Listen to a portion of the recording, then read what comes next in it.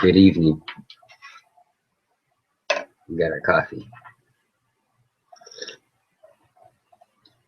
Philip, damn, that's good.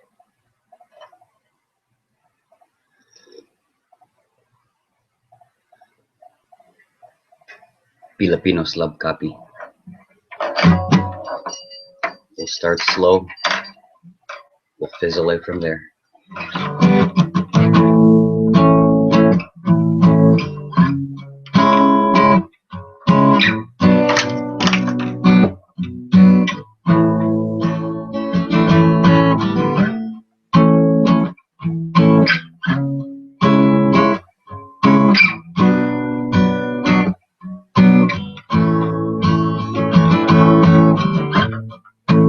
Sit here all alone on my own to find a home. Walk the path, or the road is wide. The sky is high,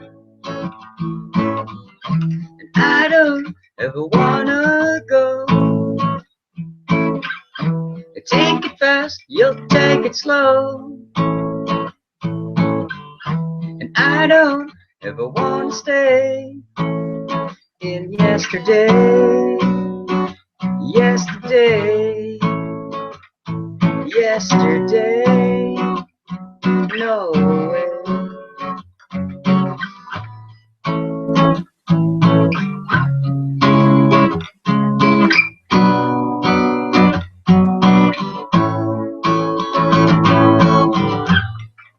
Sit here on the shelf by myself, by myself.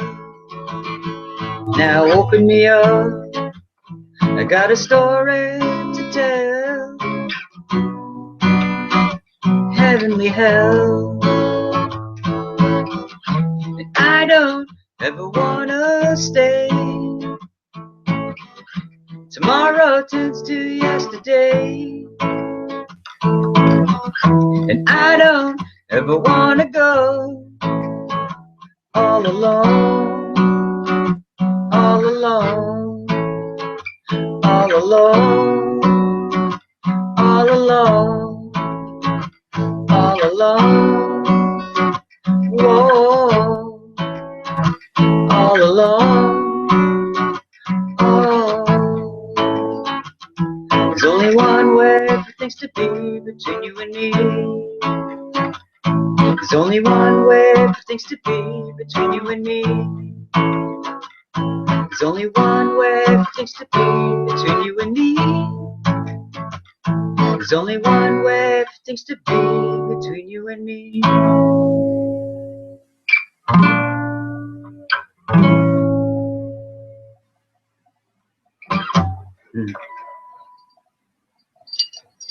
Master Yoda's hitting the guitar again. Alright, so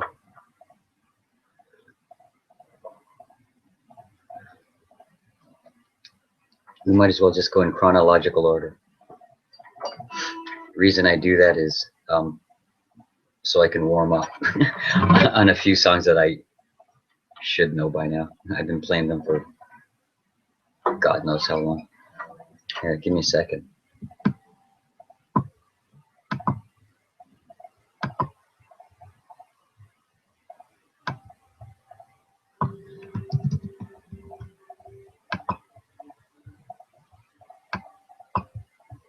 Let's see if we can get some folks up in this place. Just for fun, right?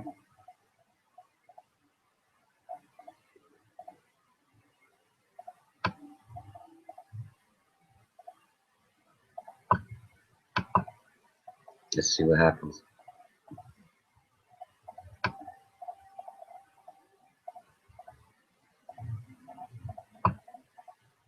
Wait, is she having a hangout? Is this from before or now? What's going on here? Oh wait, I'm going live, but then this is coming up. That doesn't make sense.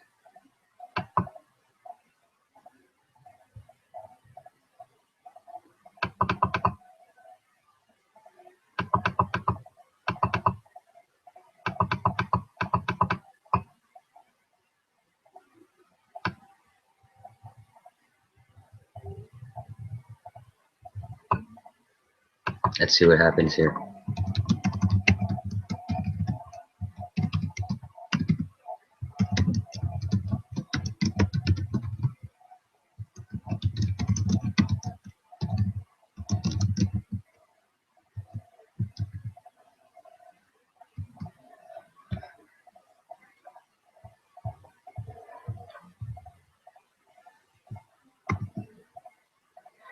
Don't know until you try. Once, twice, 3 times a lady.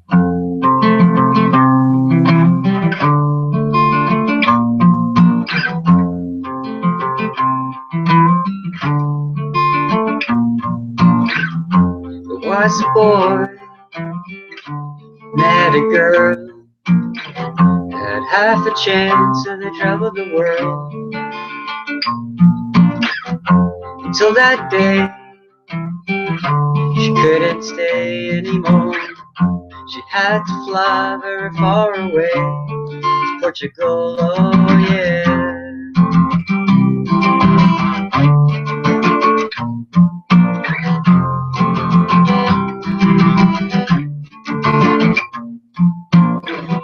There was a boy, met that girl, had half a chance, so they traveled the world. Until that day, they couldn't stay here anymore. They had to drive very far away to London, Ontario. Oh, la-di-da. Oh, oh, yeah.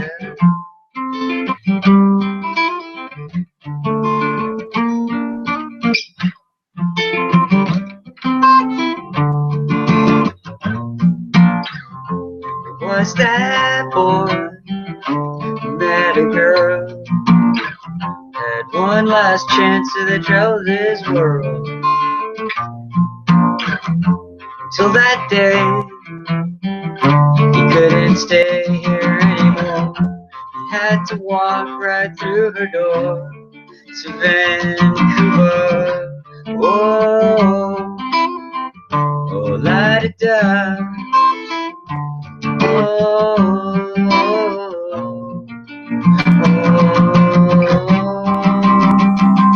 yeah. Oh, la-di-da.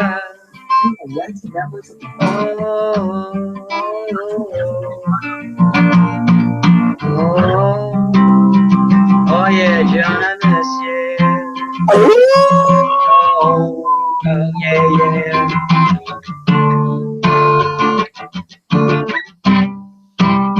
I gotta finish the song now. It's not the way we used to be, it's just the way we are. When we used to wish upon the brightest star. It's not the way we used to be, it's just the way we are. When we used to wish upon the brightest star.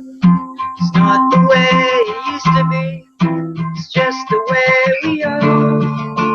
When we used to run away and not care at all. It's not the way we used to be, it's just the way we are. When we used to run away and not care at all. Don't care at all. Oh, do you miss me? The end. I was just jamming to myself. Well, hi, rude boy. Yeah, rude boy. Oh, yeah. Yeah, my other account was like, I don't know, someone like flagged one of my videos, but there was like nothing wrong with it. But they seemed to think there was, I don't know, something wrong with it, and I'm just too lazy to fight YouTube. So this is my like secondary like account kind of a thing, and whatever. Everything's good. I'm rude boy. And you got it live too. Oh yeah, we're going broadcast. Sorry, anyone who comes into this dang thing, we're live. That's just because that's the way it goes. That's the way Angel Birdo hangouts go. We have to like have a record of what we do. Like honestly, that's I figured it out. Recordings, like musicians, like we make records, and if you think about it, vinyl is like the best medium that recorded whatever, recorded sound or music or anything recorded. Vinyl withstands everything. Less, you know, if you stick your vinyl out in the sun, of course it's not, or put it beside a heater. But if you take care of vinyl and just like, you know, room temperature and just stacked upwards, it lasts forever. I heard there's like even government like recording, like records, like voice recordings, right? That they store on vinyl because in case of like a complete disaster of everything, you know, the internet's just the internet. This is just bits and bytes. So even in that movie, remember like that movie Number 9 or whatever, about those little robots or whatever, and then they survive like the nuclear war, and then they go down and they just find this stack of vinyl, and they find a old what are those called, those phones, those metrophones or the vibraphones? No, The microphones? no, like the ones that you can play the record on, but you like crank it and then it goes around and it has the big like thing on it. They're the old record players, but they were called something.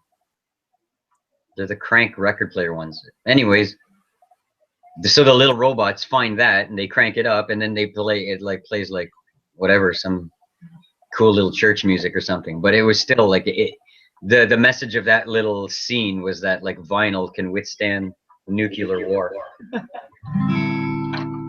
Don't you think? Yeah. As long as you don't heat it up, because heat does affect it. You know? Yeah, less like I'm saying, like things like that. Like obviously you could break vinyl in half and it'll be like, you know. Do you like vinyl records, Ryan? Yeah.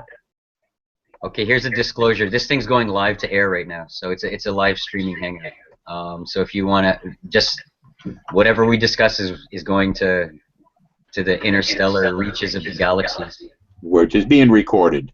It's just it's being recorded and broadcast. So if you say whatever you say, like just know that it's not a private setting. I don't really care what you say. Yeah, Marisa says a lot of people don't want to come on hers if they're live. That people are afraid of being recorded. But why are you afraid of being recorded? Yeah. It doesn't. Yeah. You know, like it's a thing. If you're like stage fright or you just don't want to be recorded or like it doesn't matter. Like if you don't want to be recorded, then on like these kind of hangouts, like either or, and then we'll like have a consensus, and I'll just hit the stop broadcast, whatever. Just so you know.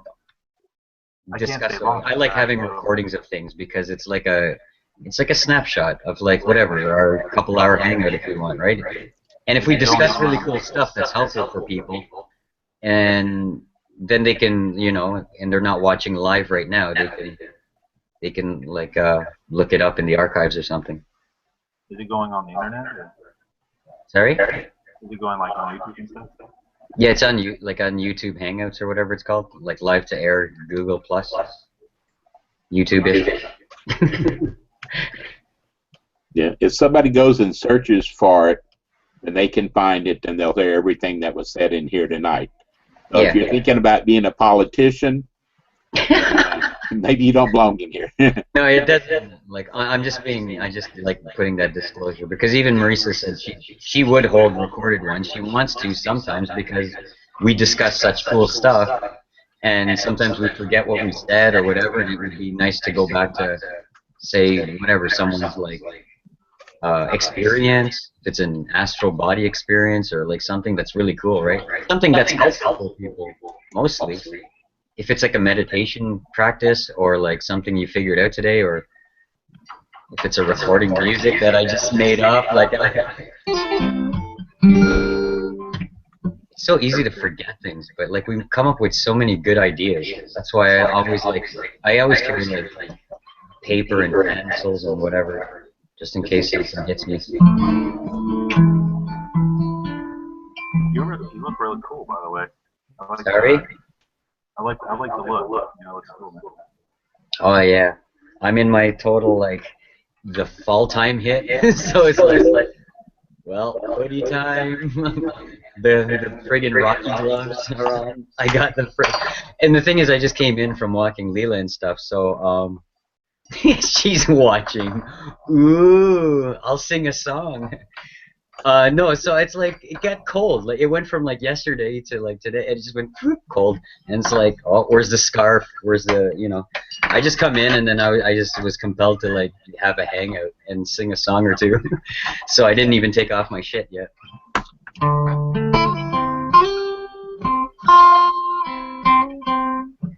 But slowly but surely, I'm sure layers will come off. Yeah, what's new, man? What's going on, guys? Since Maurice is a chicken Living life, bro. Well, you can multitask while you... We always multitask in here anyways. You gotta hire Bria.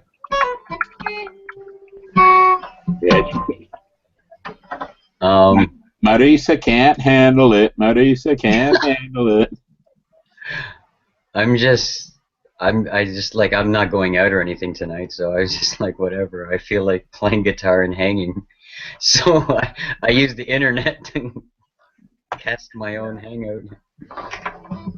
I had such a rough day, bro. Not really a rough day. It was just Yeah. it was a good day, actually, but busy, you know. And I Busy? notice like when I get home and I try to, after I take a shower and I lay down and I try to get online and see what's going on, dude, I just like fall asleep. Well, can't tell you how many times I've fallen asleep while I'm on Facebook or something. I'm just like watching somebody's video and I'm like, click, click, click, and then you fall. I'm out. And I wake up later and I'm like, what's going on? Your fingers on like the key. You see just like a row of J's or something. Oh man. Yeah. No, yeah, but yeah, if you have like a long day of work or whatever, it's take like a 30-minute nap, 45 minutes. Can you see it? 15 pages worth of J's. Enter. Man, I was up at 7 and got home at 8. You know? You're on the road, like doing the door to door and everything. I had a doctor's appointment, and then I had to go to work, and then I went on and we worked till about 8. You know. Mm-hmm. So yeah, it was a good day. I made some good money. So. Yeah, man. Still. Me too. I just.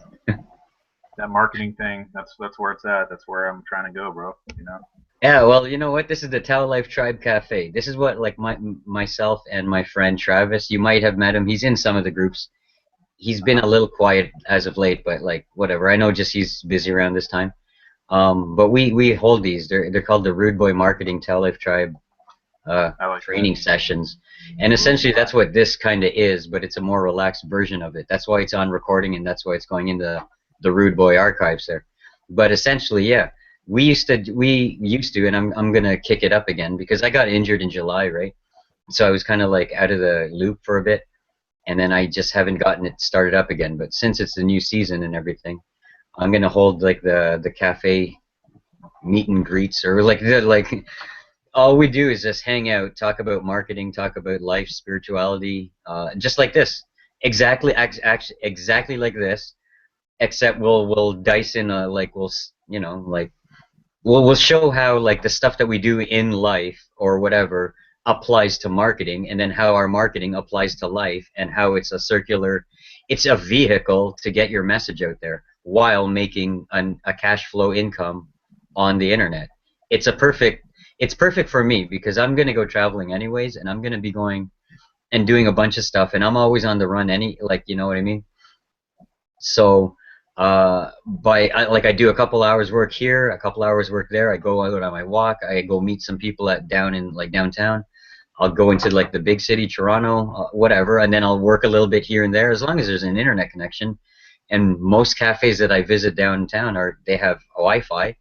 So like I'm always working, I'm always creating content, I'm always imagining, I'm always making a song, doing art or marketing or thinking about how to take the next step in growing the business or growing life. Like that's why it's called TAO Life Tribe. It's the artist of life. It's like the art of life is what that's really what I'm all about.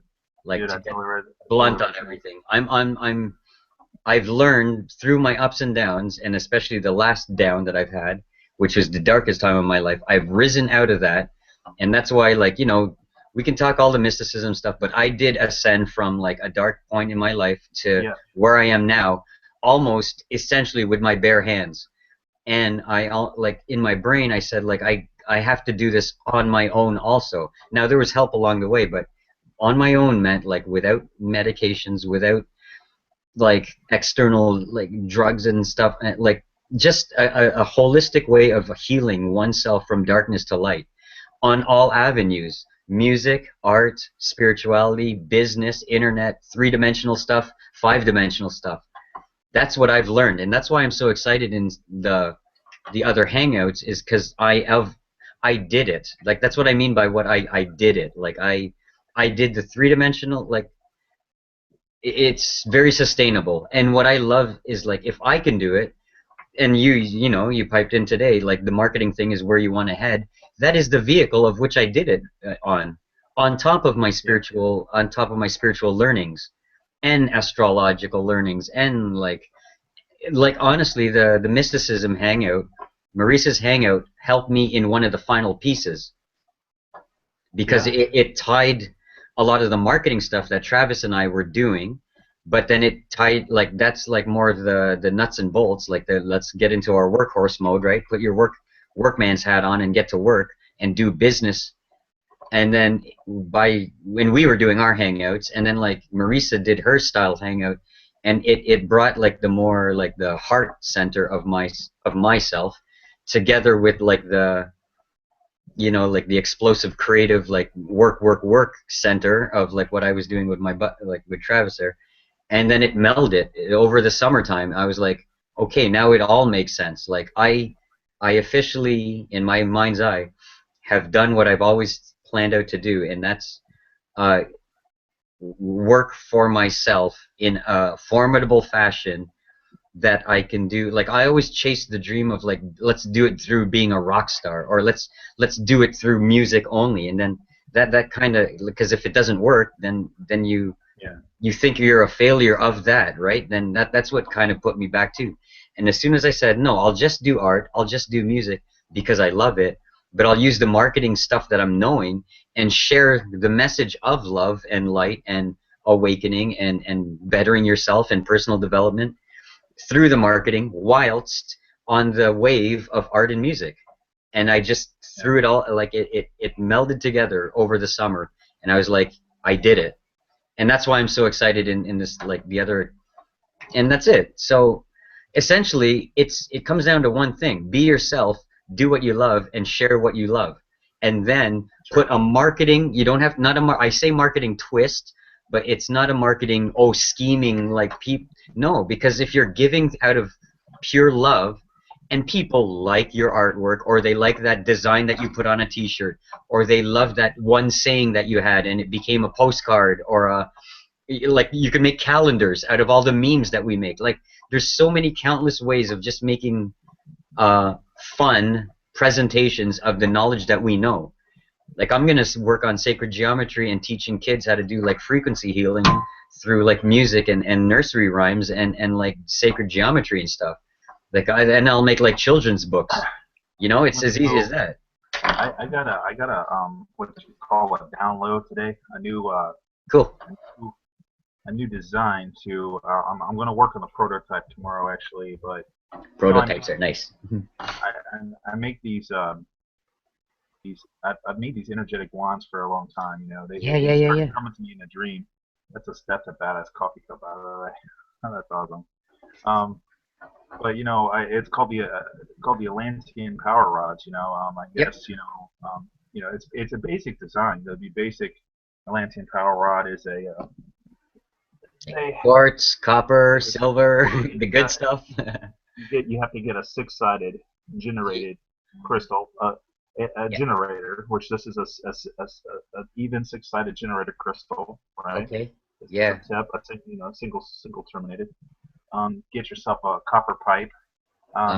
Okay. Cap it off at one end, and then you glue the crystal in the other end, basically, and then you wrap it with your choice of leather or whatever. Sometimes you can put a wire on the outside, going from the bottom, going clockwise. Clockwise is sending, counterclockwise is receiving, and basically that creates a subatomic particle beam generator that, like when you put your chi into it, it spins negative ions. So it's like the collector, projector, and the director, and it's a simple, powerful little tool. Well, it's essentially a lightsaber.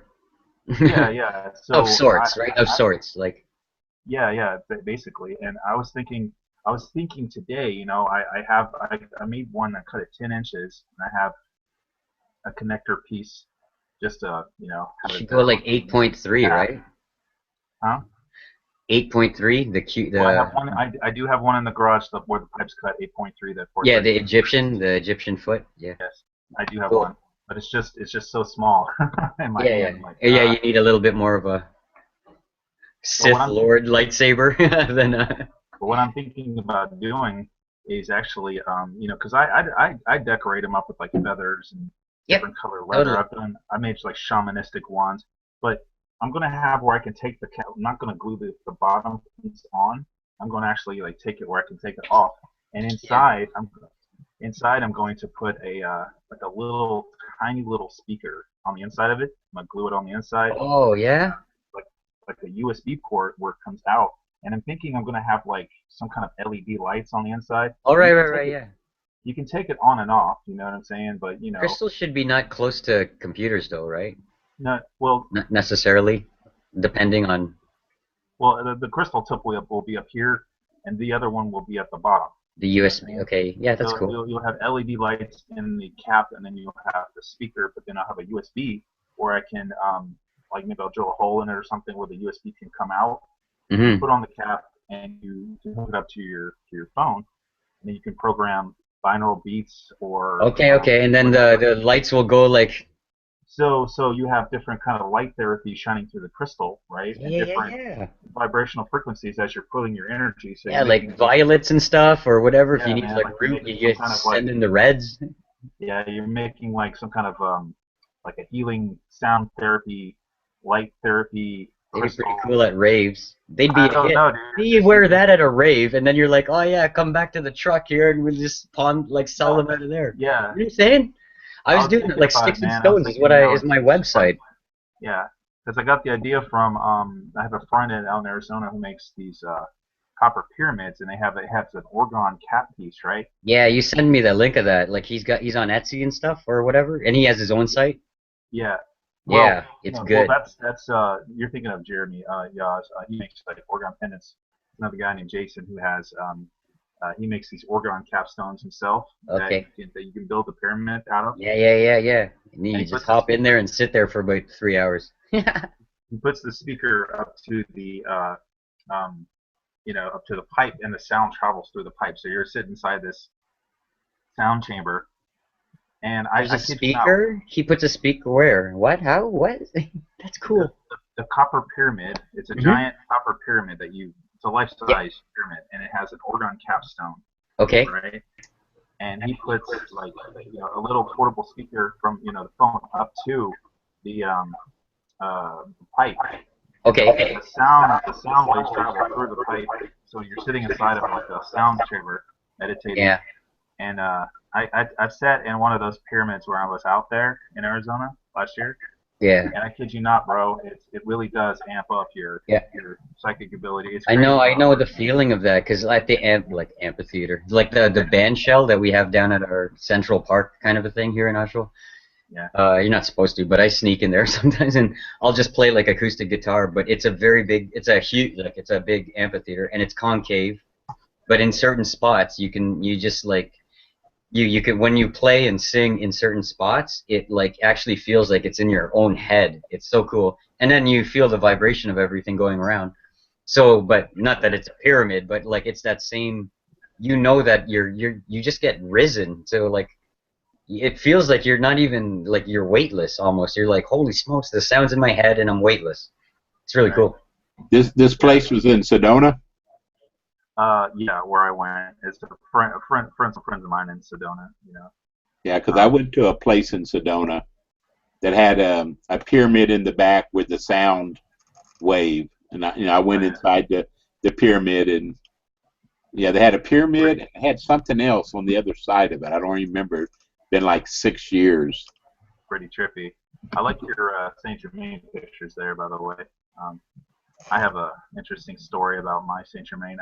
I have this Saint Germain picture that I got. I sprained my ankle the second day I was in Sedona. It's they say weird stuff happens to you in Sedona. You know, it's like it's such a trippy place. So Especially if you're like sensitive too, right? Then it'll just yeah, heighten everything. well it says it makes you deal with yourself or something like you know. They say you're supposed to be there for about like the first 2 weeks is processing. And you know, if you're gonna stay at Stelling, you should stay at least a month. You know, that's when you Yeah. get like the full effect of the place. It's like its own little bubble. It's crazy, man. But I found these certain spots that were just mind blowing, man. I saw all kinds of like different light ships. I mean, there's a place called Fay Canyon, and it goes in this place called Buoyant Canyon, where the stars are. There's no light up there. The stars are just like pitch black. You can't see in front of your face, but the stars are lit up all over the place. I haven't seen stars like that my whole life, bro. I could see the Milky Yeah. Way. Whoa. I was blown away by you know. I mean, I swear. Sometimes I was watching certain stars and they would morph, they would flicker like different colors, and they would pulse, but they were stationary. And I'm thinking, that's not a star.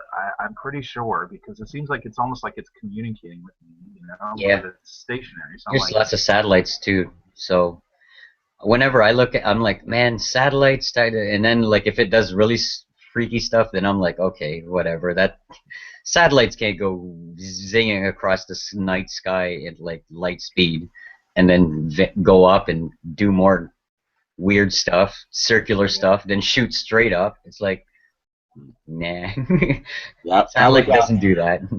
Sorry. I was out there looking up at the stars, and I've been to Sedona maybe 4 times, 5 times, each time for a week at a time. yeah, I stayed at a place called Lolo Mai Campgrounds. I would That's camp nice. out there, and they had a hot tub and a little swimming pool, and I'd stay in a tent. But we'd go out there to the different areas. I mean, everywhere there is spiritual, and they have vortexes and stuff everywhere. But I'd be yeah. out there, and I'd be looking up at the skies. I said, I know you're there. Where are you? All of a sudden, a big light would come on. And I go, oh, okay, well, there you are. Then the light would go off, and I said, wow. You just It's call it, amazing how right? And especially there, it's so pure. Probably just the frequencies are like ready for it, and then you call it on, and they'll be there. I swear, everybody's saying that. Everybody that I know that has gone to Mount Shasta, right? You know, I've seen pictures of Mount Shasta, and it doesn't seem like it's like very beautiful or like super amazing. It's a mountain, you know. Sedona's got those red rocks and the green, and just like I don't know, you know, just the way it's laid out, it just looks. I mean, I'm driving down, and I swear every day I saw a freaking rainbow over the mountains, like every freaking day, and I'm like, Mm, what's up with the yeah. rainbows? It's a rainbow, and but everybody that tells me they've gone to and they've stayed like they camp there and stuff, and they try to communicate with the and I guess I forgot what's there, the Marians or something. But they see all kinds of ships and all kinds of. I mean, like I'm talking like pulsating lights that go you know, and all kinds of crap, and you know, they say that if you want to have some kind of if you never had an extraterrestrial experience, if you go looking for it at Mount Shasta, you will probably find one. So I'm like, Yeah. I really think I'd like to go there. And if I go that far, my next stop would be I really in my lifetime I really want to go to the sequoias in Arizona or in California, man. Oh, I like would trees? that big, bro. Just like seeing I the would. Grand Canyon for the first time, dude. that'd be so awesome. It I seemed would like. it seemed like in Mount Shasta, and I was alternating between Mount Shasta and Sedona to go to Weizak's, the Buddha birthday festivals, and in May when we would go there, for this full moon of Taurus is when the Weizak's are. Well, Benny, we could only get to up to Mount Shasta. You could go up to a place called Bunny Flats, and it dead ended into about a 12-foot snowbank. Yeah, because it was in May, it was still that high. That's all they cleared the road up to. And if you went up like another mile, and you're right there at the base of Mount Shasta, you could see there. And every day they would have those big linear clouds, the big circular clouds around it. But if you could go up, and they say that you have to do it in July or August. You go up to a place called Panther Meadows, and I plan on going sometime where I can get up to Panther Meadows. But up there, you're way up on the top of Mount Shasta, and you're up near where the entrances are into to get in there, or whatever the name. Talos is, I guess, is supposedly the reigning supreme being down there. But there's a big mountain there, and there's supposedly an entrance up there, and if you go up there, you can find it. I mean, if you raise your vibration, so you have to be at least fourth dimension, I would say, because the people up there inside the mountain, which are the old Lemurians, they're at least fifth or sixth or seventh dimensional beings now. Where is this again, John? It's in Mount Shasta, California, Northern California. Okay. Awesome. Yeah. There's gateways there, right? Yeah. I mean, you go up to the mountain, up to Panther Meadows, and I mean that's a big spot to go. But if you can raise your vibration, there's an entrance to it there, and you hear about it all the time. And cool. To get in underground up to the I gotta go there. The Lemurians are underground there, but really, I've never made it. I always go in May for Weizak, and you can't get up. I understand. Get up there unless you do a long hike on snow sleds or snow shoes or something. Mm-hmm. It's that snowy. It's like really. In May when we go, when you get up to Bunny Flats, and it's like a mile from where Panther Meadow is, you hit a 12-foot snowbank. Wow. Yeah, they clear it up to Bunny Flats, and so when we go for the Weizak's, we get together, a bunch of us from the Weizak, and we go up there and sit in the snow there at Bunny Flats, and go up there on the top and sit there and look towards Mount Shasta and meditate. But it's cold. It's cold up there even in May. You're wearing a jacket in May. Yeah. Right. I've only seen snow in one my life. Try again. Okay, go ahead. I said I've only seen snow like twice in my whole life. Oh yeah, I'll probably see it like next week. Florida, dude, we don't see snow. No. Yeah, I used to live in Connecticut. When I was in the military, and I got transferred to Connecticut to the submarine base, and I got there in December of '77, and in January of '78 we had the blizzard of '78. I've never seen so much snow in my life. I had a little Fiat X19, that sat about 4 feet over. The top of it was under 4 feet from the ground. And my car was totally under snow. So it was January 9th, you said? Yeah, January in '78. I was born January 7th, 1978. Yeah, so I was just coming into the planet. You can Google it, the blizzard of '78, and it's. I'm sure that it's one of the ones that's in the record books. I mean, we lived in an apartment complex there, and they sent us home from the base early. because of all the snow. And and by the next morning we looked out, and the snow was up about halfway up our windows. But luckily, in our housing complex, there's like about 8 apartments, I guess. You could go down into the basement, and there was a hallway. You could go, into a little storage room, and then to everybody's house you could go visit. And that's how we could only visit with the people in our little apartment. There was like one here and one over here and another across, 3 different ones that had about 8 apartments. And you could get down there. That's where the laundry rooms were. But the cars were just totally under snow, and the blizzard of '78. And that was my first real experience in snow. Yeah, I mean, other than where was it? Not Alamogordo. Over in New Mexico, we went up into the mountains. So there's a big ski resort or something. Back when I was a kid, went to visit my grandmother in Alamogordo, and then we went up to there, whatever it was, and I had a cast on my foot then, and it was I remember going in the snow with a cast on my foot, and that was my only other time I'd been in snow, my whole life, Right. Well, I remember it snowed like maybe like 1.5 inches at Christmas here in '89, right? And I mean, I remember Christmas Eve, it was like kind of like sleet outside. Thought that was interesting. I mean, we were sliding on stuff, and I'm not used to that, falling all over the place. And the next morning, I wake up and there's snow all over the ground, and everybody was like, "This is the weirdest thing we've ever seen in our life. We've never seen snow on the ground, Not a white Christmas. I've seen it once in my whole life. Like I'm in northern Florida, right? So we went outside and we were all making snowballs and having snowball fights, but I realized that snowballs suck because your hands get cold. You have to run inside and then put it on the heater. Then you want to run back outside and make the snowballs. Well, I have 2 younger brothers, right?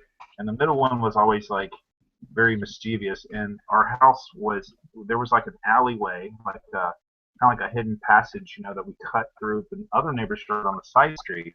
So we figured out real quick that if you take a snowball and if you sprinkle a little bit of water on it, it makes it hard, right? Like solid. We made these little snowballs. We put some water on it, compact it, make these like ice balls, and we would I don't know why, and this is probably karma going to catch up with me one day for this, but we would sit there and we would like hide and pelt cars with these ice balls. So it was like boom, boom, boom, and then the cars would go. We would run back to the house, and I'm like, I think about that stuff, and I was like, dude, wow, you know what I mean? Yeah, you get some Floridian kids with some snow. It's not a good scene. You know what I mean? They do stuff like that. That's funny. Yeah. From the Canadian here. Yeah, we used to do that. You go out there, you play it's easy, and you just start throwing it at people. And then you just try to chase them and put them in this. That's funny. You go inside, you warm your hands, you put the water on it. Isn't that funny how I would know how to just handle snow. Like I just know it's something I've seen like all my life. Yeah. And then it's like foreign to the. See, that's alien stuff. You know what I mean? Yeah. With us in southern Texas, we don't get snow, and our big thing used to be either throwing eggs or water balloons. We used to make big, like slingshots with people holding rubber bands on either side and make a thing, and we'd shoot water balloons 100 yards at the cars. Yeah, just for fun back in the fun days. In high school, we would drive bys with super suckers. That was fun. We would get these like monster super suckers, like the super suckers, like 200 feet or something like that. Like we would be like driving around, and people walking in school, like break yourself out. They're like run away. That was good times, man. Yeah. Super soakers are. Super soaker and drive by super soakers, man. That was fun stuff, dude. Yeah, I mean, it wasn't to hurt. It was never to hurt anybody. It was just people, we just had fun, man. We were just squirt. Oh no, you got to hurt We're people like, too. oh, they'd run and chase with super soakers. Somebody got me one day. I didn't even see it coming, man. I was walking by the overpass home, and a car rode by, and this kid yelled like something at me and whipped out a super soaker and just like, just totally got me. I was like, I was running. I was like, dude, yeah. And another big thing used to be back then is we'd go to the motels to steal the fire extinguishers. And there, they had the big metal ones where you just push the water, you push the handle, and they shot out. But we would take and dump, spray out all the CO2, fill them up with water, go to the gas stations, and pressurize them. So that's how you pressurize them. You had a little, like a nozzle, like your tire, pressurize. Then after school, we drive by and spray, Back in the old days, a lot of ways to get in trouble. Yeah, well, there was always some stupid punk kids that would always mess up the thing, So we were doing the squirt guns, right? And then I remember this like group of a few students, they were running around with slingshots, doing slingshots at people. And yeah, one of them, I was walking to school one morning, and one drove by and shot a rock at me, and I picked up the rock and I threw it as hard as I could back, and it hit the window of the car. It didn't bust it, but it went black. I'm sure I cracked it. And I was like, I was like, what's up, That right there kind of ruined it, because they were like putting a stop to that, whatever. So, I mean, there's always somebody ruining somebody's fun, man. You do things like squirt guns, and then some idiot wants to do it's like when we would go out on Saturday nights when I was into I was in a Z kart club, like the 300 ZXs from the 80s. I had a bunch of those, No way, that's cool. 84 turbo. I really miss those cars, and I can appreciate that. I'm from going to the little cruise-ins, I just like to, we would meet up at different places, and I like to look at people's cars, their setup. I know. It's pretty cool. Right? But there would always be some stupid idiots thinking that it's like Fast and the Furious in real life, and they want to go like racing down the damn street. And of course, what happens? Cops come in and make everybody leave. And it's just like, dude, it got to a point where you would get ticketed just for being in the parking lot. You're just there talking with your friends, looking at people's cars. It's like, well, I would see cars where like their whole engine bay was like all tricked out turbos and just like beautiful setup, man. And you're like, wow, that's cool. It's like a car show, dude. But we couldn't enjoy it because there's always some idiots ruining their fun, So. Yeah, nothing wrong with just parking there, but as soon as you start racing and stuff. I never did that. I wasn't that stupid, But I'm just saying, there was always some. Like, we'd be there, and all of a sudden you hear, like, down the street, like, oh, dude. So we know in a matter of, like, 15, 20 minutes, the cops are going to be rolling in there, you know what I'm saying? And we're like, man. So yeah. And you're guilty by association, right? No. What they do is they can cite you for loitering or something like that. Oh. Or spectator or whatever. Nice You're cars. like, dude, I'm not a spectator. I'm here looking at cars and stuff, but you can't loiter, So whatever, Anyways, I like cars. I used to be really into cars, but as I got older, I'm just like, dude, I went from like wanting to go fast to, and we would always go to like the track, We did it the right way, you know what I mean? But I got to a point where it's like, bro, I just want a car I can get in, turn the key, got AC, It's reliable. I don't have to change the oil all the time. You know, well, you know what I'm saying? Like if you have oil leaks, you know, like an old car, you know, you always have something. You're always fixing something. So, but then again, you have car payments, and that sucks too. So that's why the marketing is so interesting to me, because I'm like, just like you said, the lifestyle that I want to live is I want to be able to where I can go anywhere I want to live, and I could be in Sedona right now, and I Yep. could be working on my laptop. You know, I could Yep. work 2 hours here, make, because these online marketers are making, Yeah. they're making, you know, $5,000-$10,000 a month. You know, I mean, they're making really good money. I mean, that's like unbelievable amounts to me. Like if I could make 4,000 a month consistently, dude, that's life changing. You know, I mean, and I I know it's can totally doable. You know, just follow one of those webinars that I send you there. all If right. you're not on the live one, then they usually record it, and then you just like choose it says like choose recording or whatever, and it grabs the last time, the last recording. Then you watch that to get what we're doing. Like that's all I do. Like it's easy as that. You see, and then just watch what like my friend Angie and Ben, what they do. They're down in the Bahamas now. They moved from Angie's from Ohio, I think. Yeah, something like that. She essentially sold all her stuff. She was down to her last dime, and she had like 30 grand in debt. And she said, "No, enough is enough. I'm just gonna make this work because there's no other choice now. I have nothing." She was a business owner too. She owned like a salon, like a beauty salon and everything. Like she was working her ass to the bone, and she said, "This is stupid. I don't like this." She goes, she's very entrepreneur, uh, but when she owned her salon, then she was working more. She essentially bought her own 9 to 5 job. Like she owned her own 9 to 5 job, and she goes, "No, this is not what I signed up for. This is not the way I wanted it.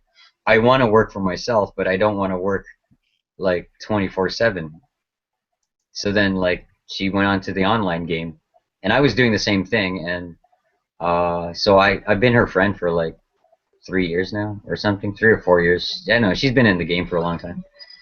And it's not. And I just followed her. I followed a lot of people and stuff, but like she's the one I connected with in this last little run. To me, it took me like 5-7 years. So don't say like.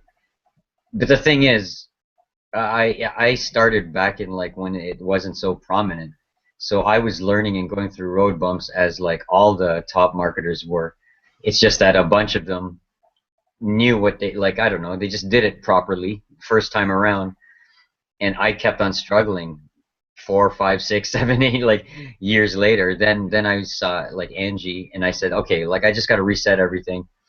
And what she was doing was exactly what I saw all the other ones were doing, and I just said, okay, whatever. I'm just gonna team up with her because whatever. Here's the secret: just team up with someone that's just that much ahead of you, or whatever.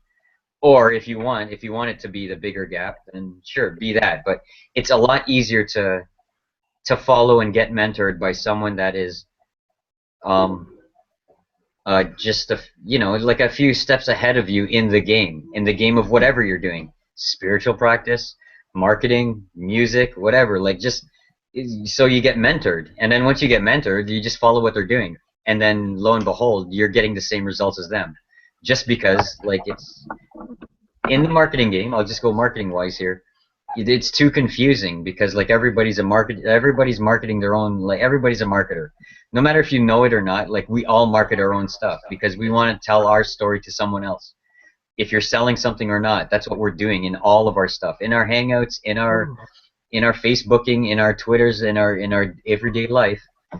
What you're doing is marketing. You're trying to sell someone on an idea. Now it's not like it sounds bad when you say it like that, but that's essentially what we're all doing. The only thing is, when you choose what niche you're doing it in, and you can do it and make it profitable, then you're doing something and if you do it out of goodwill and kindness and for the greater good of everyone, an exchange, hey, I'll do something for you, you do something for me, or it's quote unquote worth this much, whatever. There's an exchange right there, and that's all it is. We don't need currency, we just need the currency. That is currency. well and give And them then it just so happens on the internet marketing game, just if you, honestly, if you're just authentically yourself and you just do whatever you're passionate about, and then you just dabble in the marketing stuff that Angie has taught me, it just puts your focus on, say, what you do on Facebook, for example. It's not just there, but because we're all on Facebook, I'll just say the focus that you're on Facebook, you can do like 2 3 hours, or just kind of piss around and do your stuff, being social and all that. But if you do what we do, also you can take 1 hour's time and be a focused machine and do proper advertising, proper posts in the proper groups, in the proper niche, and the way we call it funnel. And then when you funnel, when you attract the people that are resonating with your message in whatever niche that is, you can funnel them into, for example, Marisa has her own group. You can funnel them into that group. But guess what? And then you provide more value in that group. And she does well. They all do. Like everyone's group does. Like Pam's group does well. Like, I'm just doing this because of the example of our spirituality community here. But Marisa's doing well. Like Cassius is doing. Like all the groups are really, they're great. There's engagement. People are getting. There's like, it's fun and loving. There's like whatever, people solving problems. It's really good. Marisa, she'll post something like a new article that she did. Cassius always does his weekly like astrology things. That's providing value for free from your heart to the audience. And then you can say, hey, I got like a special. Hey, it's Black Friday coming up, or I got a Halloween special. If you want me to do 3 tarot card readings over the month of whatever, October, here's the link, and I'll set you up. I'll give you a reading every week for the week of October at a special discounted rate or a special Halloween rate. And it's just stuff like that. It's just as creative as that. And then she's, for example, she's not doing any more than she hasn't. She just presented it in a different way and say, hey, she's still going to do readings. She's still going to do the healing stuff. Cassius is still going to write articles and get, do his kind of readings on the.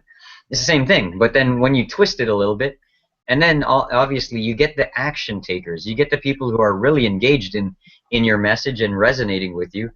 Then you can really focus on them. Again, not in the stupid internet marketing way where it's hounding and, oh, here's my new thing and this is that and this is why da-da-da. No, it's like, hey, since you liked my last reading, this is another thing that I can do for you. Maybe I can do like a 1-hour coaching with you or a 1-hour healing session for you for like whatever, 20% off, because like you're such a, I appreciate you as a customer. And if you tell other people how good these services are, maybe I'll cut you a deal on like maybe on your next thing. It's all about, and then that you can create affiliates or word of mouth marketers for you. Then you put your videos on the internet. You put your videos onto YouTube. You always have them funneled back to your blogs, your Twitters, your Facebooks. You get them all into your. It's called the circle of influence.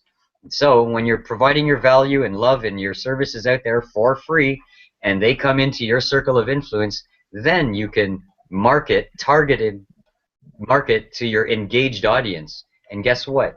Commissions and sales and whatever, it just starts flowing towards you. That's just one way of doing it, the branding way of doing it. Also, you can just do the old t-shirt way, or you can do the old, like, here, let's just take this targeted source, do a couple of ads, make a t-shirt, that's a cool saying. Hey, what does it all meme? That's a new meme. Okay, it's on a t-shirt, yay. So I'm the new fucking face of memes. That's what we're doing now. I mean, I got that Star Wars t-shirt, dude, Yeah. Like that. When I saw you do that, then it's the same, yeah. Here, you got it. It's really dope, dude. It's going to be huge. But the thing is the timing. It's timing. I've been procrastinating on it. And the movie's coming out. The buzz is right now. Everybody's Star Wars crazy right now. So, yeah. So the Sith thing is real hot right now. People are resonating with the whole thing. And the only thing holding me back, my buddy has, my millionaire friend has his own t-shirt company, and we're splitting, and we're going half and half on the Facebook marketing. And I have learned how to market a certain way with ads and stuff, making pages and boosting posts and stuff like that. But we're going through his website, But I have a kick-ass ad, dude. But the thing is that it's the wrong size. John, I'm just gonna mute you. Pardon me, okay? It's echoing.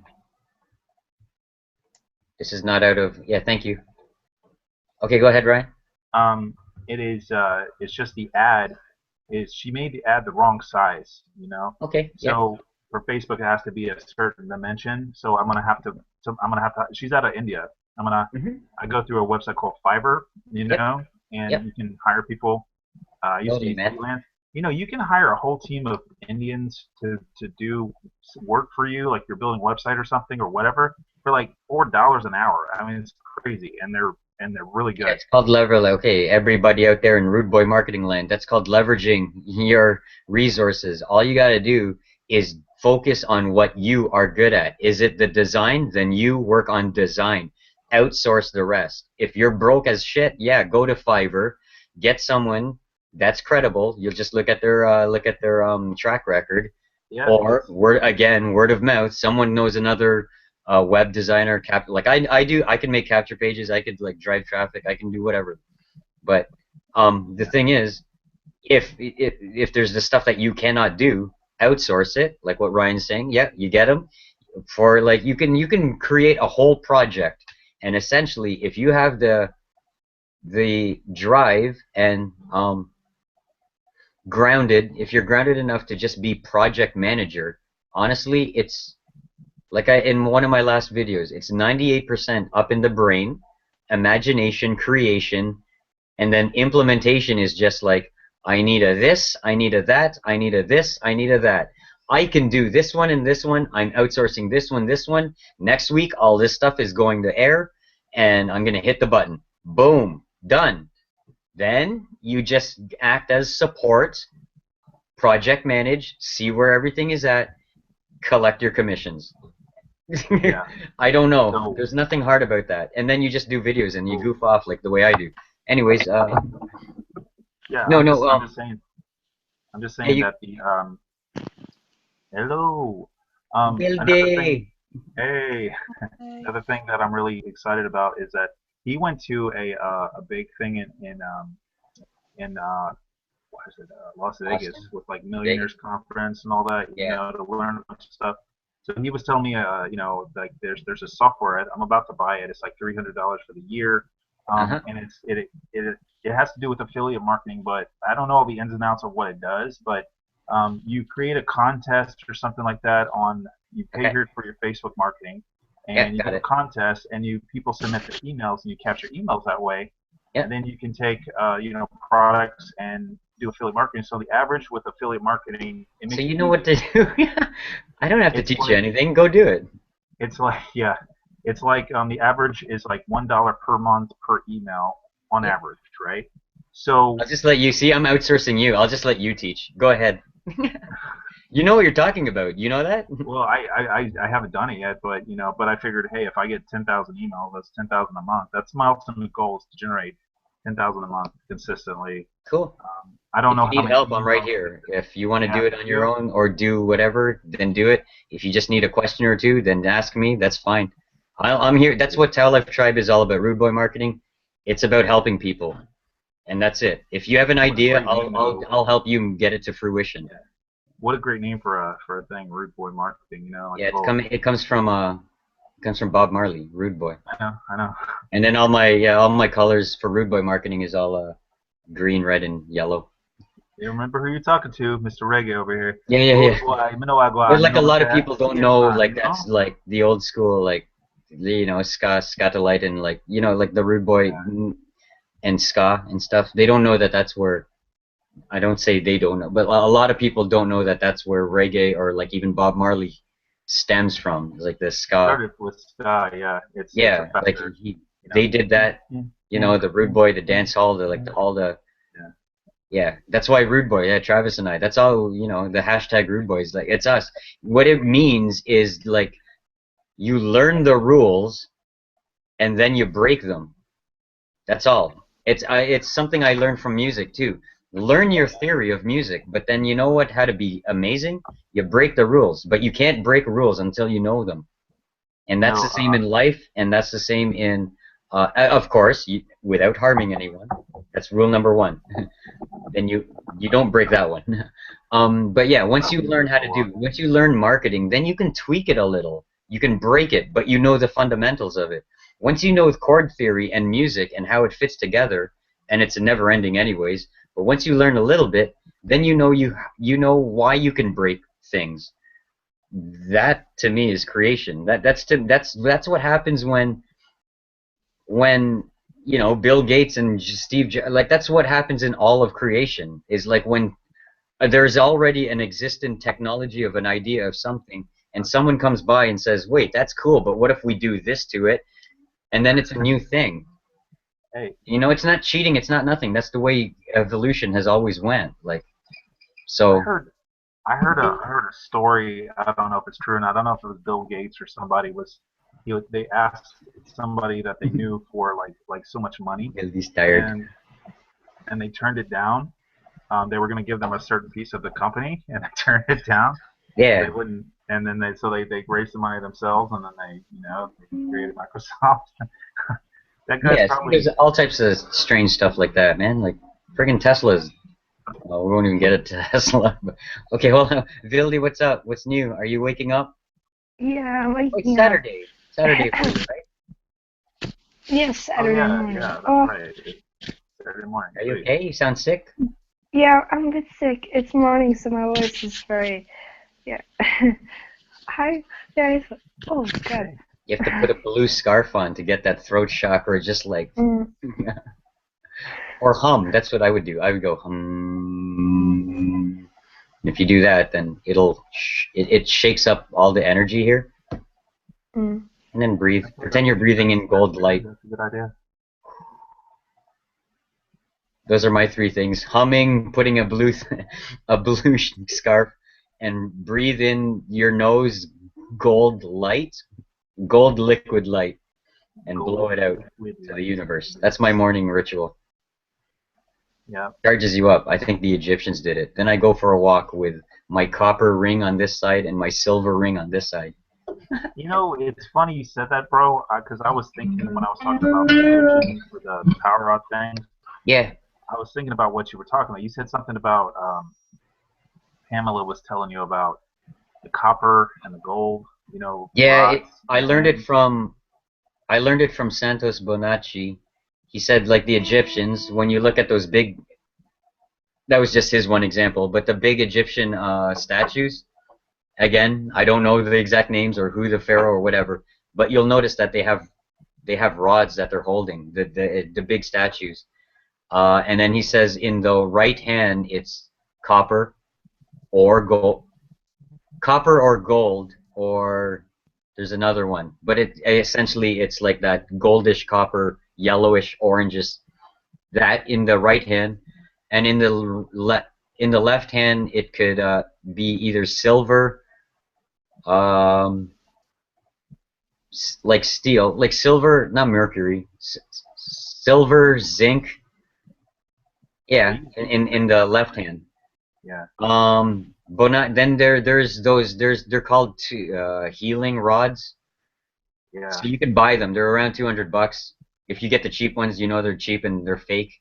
But like, yeah, they're around $200 to $500, and they're made exactly like the Egyptian whatever specifications that they know from the old books. And you go walking.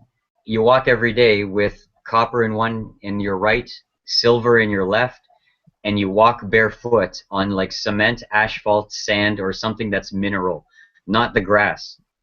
People got that all, like I got that all mixed up. I thought like, oh yeah, being grounded, you walk on the grass, which is nice because it makes you feel good. But to get the actual charge, because what you're doing is completing the charge, because all we are conduits to the energy of the earth and all the chakras and everything. So when you hold that, when you hold copper and silver, it's positive, negative, or whichever one it is, sun and moon, all, you know what I mean? It's all the same, black and white, night, day. It's the polarities, plus, minus. Once you do that, guess what? You're a battery. Once you do that and you start walking, especially in rhythm, 1, 2, 3, 4. Guess why we have 2 feet? 1, 2, 1, 2, 1, 2. 1, it automatically causes a rhythm. Guess what? If you walk at a certain, I don't know, 7.21 hertz. If you walk at a 432 hertz, you're charging your body at that frequency. When you get into that frequency, you get into the frequency of the other frequencies, the birds, the friggin' chirping, the what are they called? Grasshoppers and crickets, the rustling of the leaves, all have frequency. And guess what? That's how you ascend. That's how you can talk to those beings and the the interdimensional beings. I've been doing it very steadily for the last 2 to 3 months, and I think that is why. And I don't know. We hold our mystical chats and everything. Believe it or not, I don't care. True, not. It's what I believe. I'm starting to see things like beyond I've never seen before on my walks, and it usually comes at the court towards the end of my walk because I know I'm at a certain frequency. I stay at the same frequency and I hum C sharp or F sharp as I'm walking because that's the frequency of love, right? When you hum it and you walk at 1, 2, 3, and I look like some weirdo gypsy frickin' guru boy, but like honestly, I start seeing freaking goddamn things and it's completely clear of this, clear of that, no drugs, no nothing, none. It's just the thing is like I start seeing like do you know how Marisa says the globules or whatever they are? Yeah, you see those, and you could kind of naturally see them anyways. But then after like the meditative walk, you can see more of the different frequencies in the sky. I can start to see the rainbow, like not rainbows, but you can see like from here to whatever you can see and then today what I started seeing is matrices. I started seeing the sacred geometry matrix in the sky, like over the earth. I saw the earth's matrix. I was like, this is the most beautiful thing I've ever seen in the whole wide world because I traced it with my eye too. I said, if it's crooked in any way or if it's screwed up, then it must be an illusion of something. But it's perfect sacred geometry over my head, and I'm like, okay, so it's there. I don't know. It's working. Have you seen when you look in the sky and you look at energy? Have you seen? It looks like waves like this, almost like static on a TV screen. It goes on like this, and then if you focus past that, it kind of comes at you, kind of like not like the static anymore. It's almost like it almost looks like water moving. Yeah. Wave. See, wave frequency. You know that you can manipulate that with your intention. Like when I would play around with busting clouds. Big clouds take too much energy, but I would do like a little solid one. I would see, and I would focus, and I would in my mind I would imagine that I guess water crystals are being evaporated, or it's pulling itself apart. Evaporate, I would see those things, and I would imagine like cotton candy being pulled apart, and then all of a sudden the cloud will start to pull apart, and it will start to dissipate. And I did that on a video one time. I did it. It's like an old video that's not online anymore. But it freaks the people out. They're like, "What?" I said, I was like, and honestly, I was drunk too. I was drinking that day, and I was like, I was all cocky. I was like, you guys don't think that I got abilities? Let me show you something in real time. All right, see this cloud right here? I'm sitting in my car through my sunrise. I see that little cloud. I'm gonna bust it with my energy. Watch this. I was doing it, and it was like it was like one time, and I was going like this, and I was imagining that, and all of a sudden the cloud just kind of pieced apart, and in about a minute or two, it just was gone. And I said, yeah, there you go. Subscribe to my channel.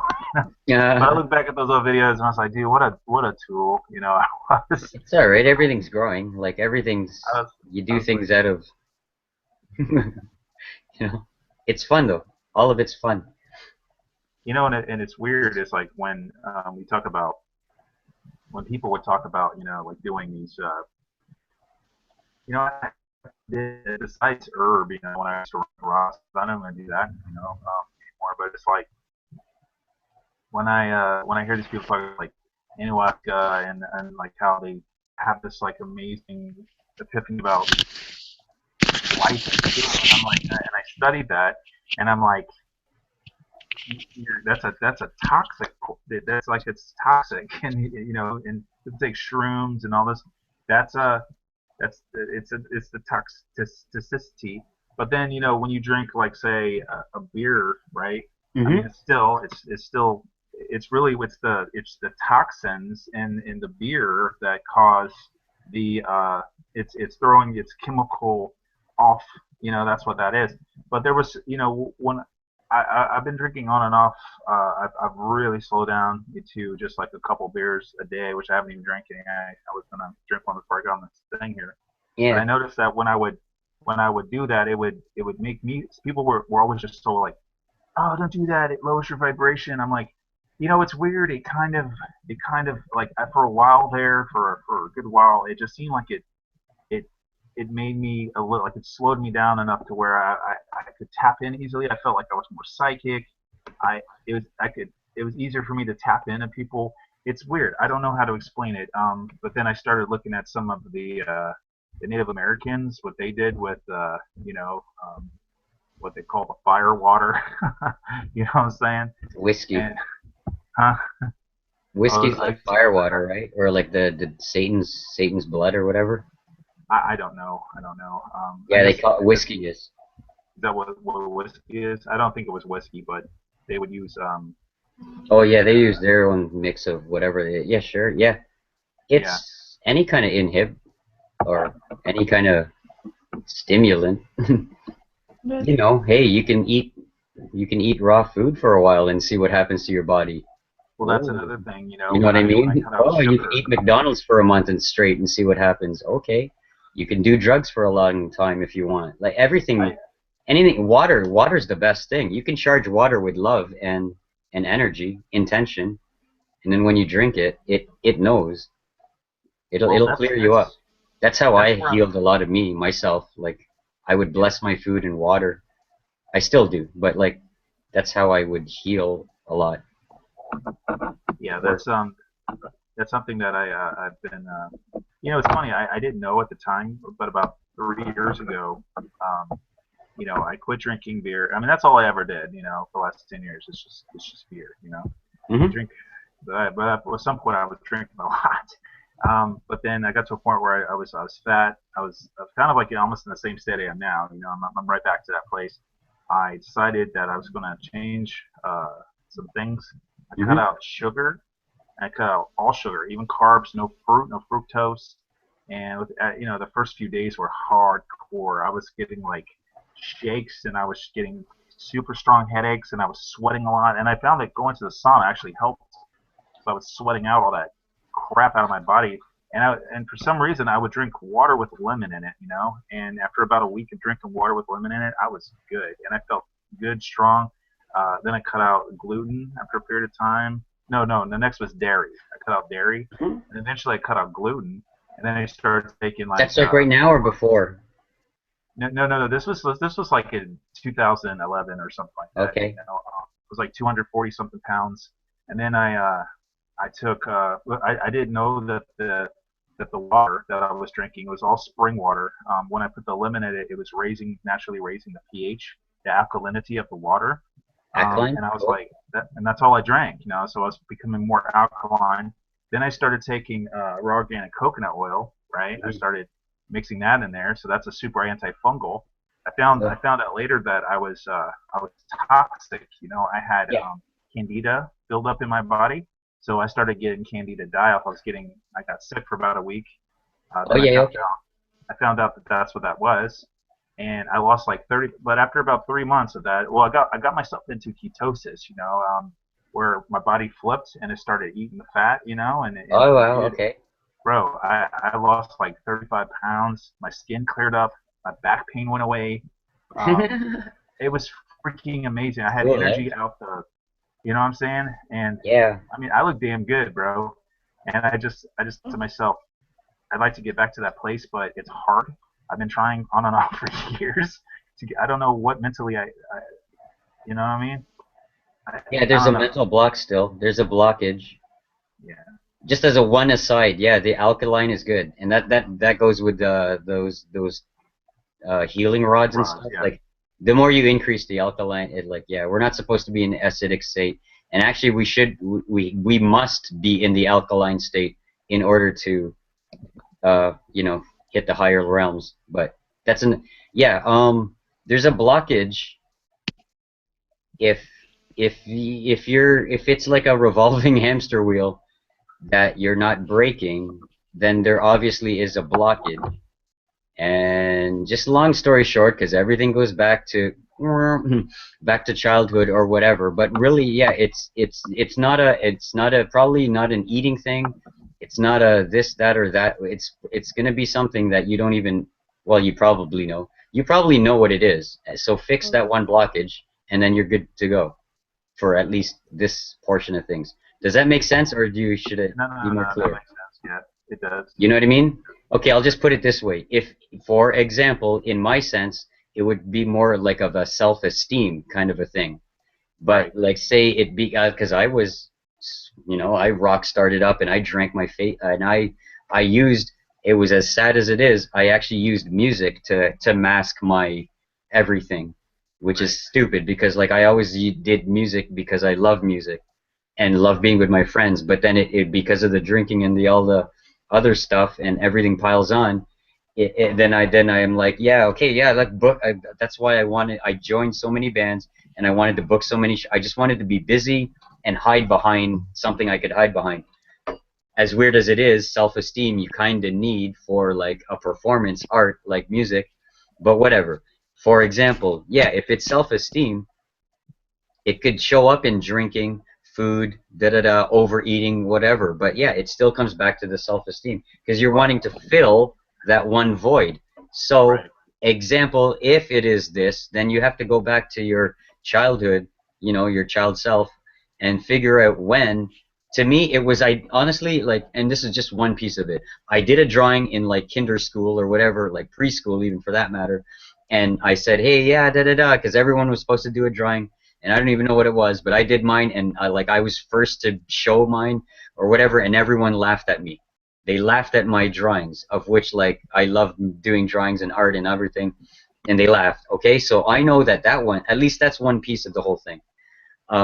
So that from 4 or 5 years old or whatever carried through my whole life till last year, for that matter. Like Wow.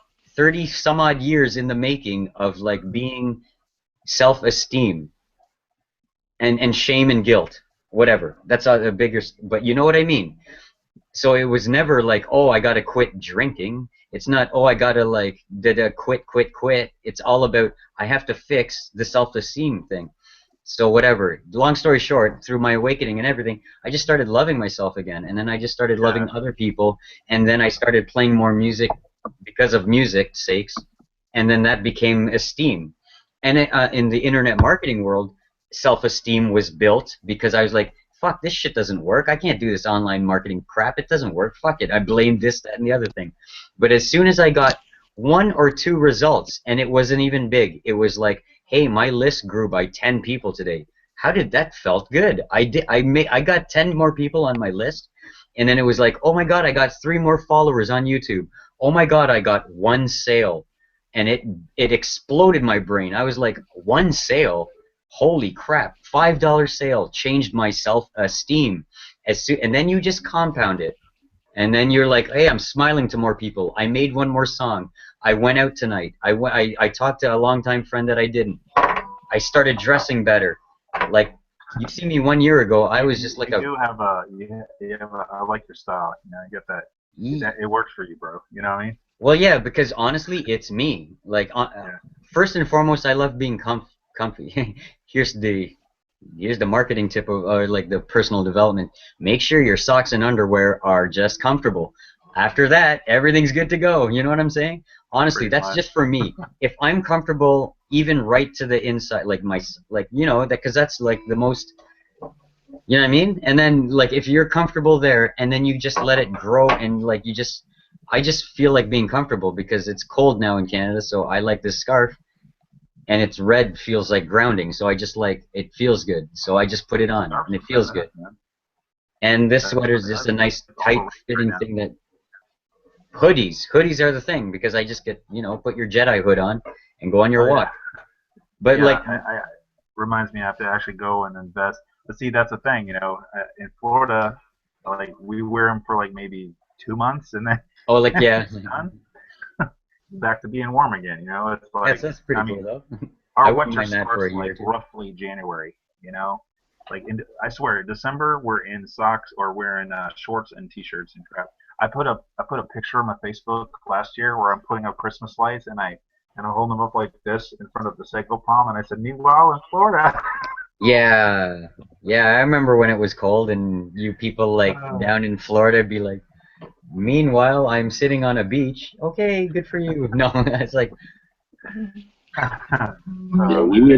we did a Christmas one time when I was in the Navy. We pulled in on the Andros Islands, which is down south of Florida, and we were playing volleyball on the beach, and we had a Christmas tree out there on the beach for yeah. Christmas.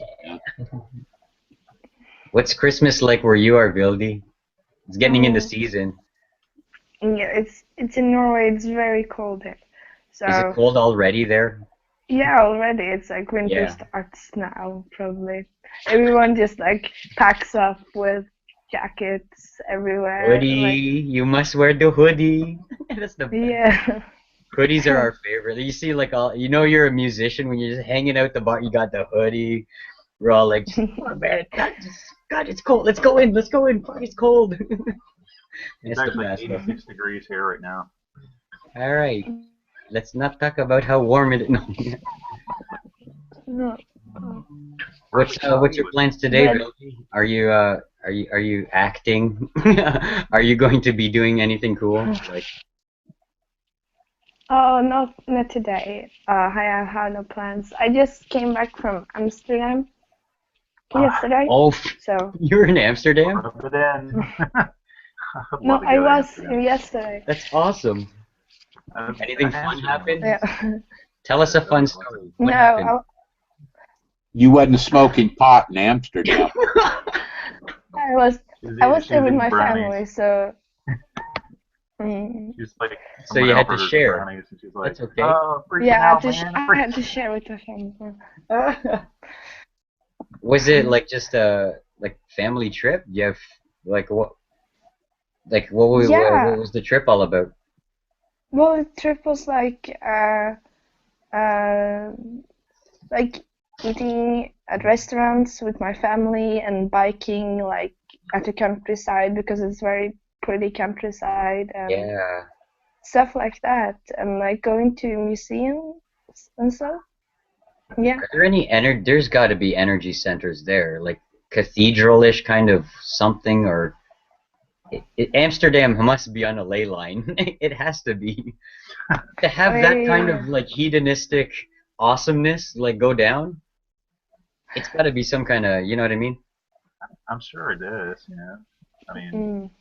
Yeah, we actually like the like prostitute red light district.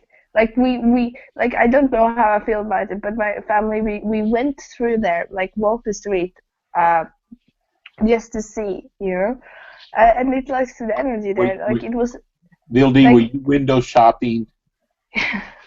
no, there were girls in bikinis like there, but the energy, like I wonder like what that energy was, because I didn't want to like uh be judging before, but I wonder if if it was legal, was this a high vibration or low? And it was interesting, but it was a bit dark, when I Yeah, went through there, so it was like, hmm, you know. I'm sure So it'd be very mixed because there's people that yeah, want to do things and they are successful and they're very clear-minded and they know exactly what they're doing there. And then there's other people yeah, that that got caught into the whole thing of it. And that's kind of like Las yeah. Vegas too, right? It's the same thing. Sorry, So the energy, I could like, just go to the, I'll be right back, guys. Talk amongst yourself. Continue. okay. so how was Amsterdam? Was it nice? It was very nice. Like the city is very nice, mostly very beautiful, and the energy. I like the type of energy there. So just like I was very happy just walking along the streets. So yeah. I'd love to go to Amsterdam. I'd like to see Europe. You know, I want to go to well, I don't know about now with all the crazy stuff that's going on in over in Greece, but I always wanted to see Athens. You know, I'd like to go see Well, the I different. was in Athens Really? this summer. Wow. Interestingly, yeah, like that's so weird because like me and my family, we always save money all the time to travel. I'm so happy for that. So we always like splurge on doing that. But we always seem to travel to places where like even though we aren't part of it, like stuff is going down. And I don't know why. And I was like, this is so weird. And now my family wants to go to like next year. Let's go to America. I feel like this is not a good time. Like, couldn't we go have gone like a few years ago? I'm like always, I don't You're know. about to break out in war. Yeah, no, like it's almost like because we were also in like Tunisia, just like at the time when they were like the the Arabic Spring, the revolutions, all that stuff. Yeah. And I don't know why. I'm like, why do we have to go to those places? And now in Athens, like we were actually at one of the days where they were like choosing yes or no to whether, yeah, and we went back to the hotel room and they were like, uh, policemen, not policemen, but they had like shields and like, were ready, like policemen all over the streets at that night. And I don't know Right why. here. Why am I like put those places where like stuff happens? I don't want that. Maybe you're supposed to be the groundings energy Mm. person there. I don't know. You know what Yeah, I because my parents are like not aware of that, so I was like, yeah, yeah. I I, I have a friend that has he lives out in Arizona and he goes he's been all over the world to all these sacred sites and he actually does activations. You know, at a lot of these places. You know, like I don't know all the ins and outs of what they do, but it's like going to Egypt, going to Easter Island, going to Machu Picchu, you know, Mount Shasta.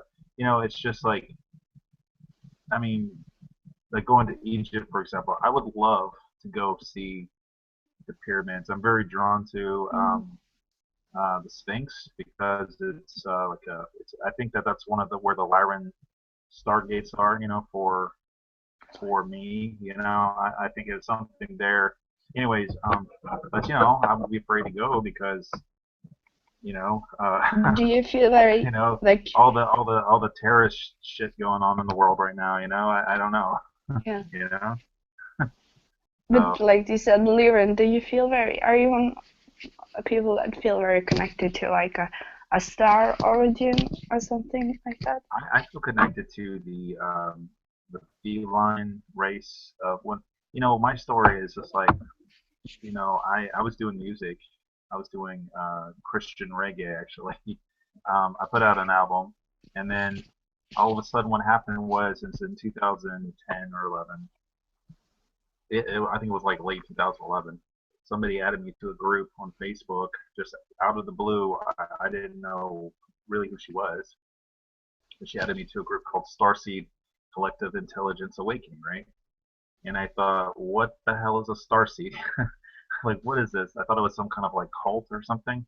And you know, I was added to it, and all of a sudden, I just started reading all these everything that everybody posted was so interesting to me. I found it so fascinating. This is before the Ancient Aliens and all that shows came out, you know.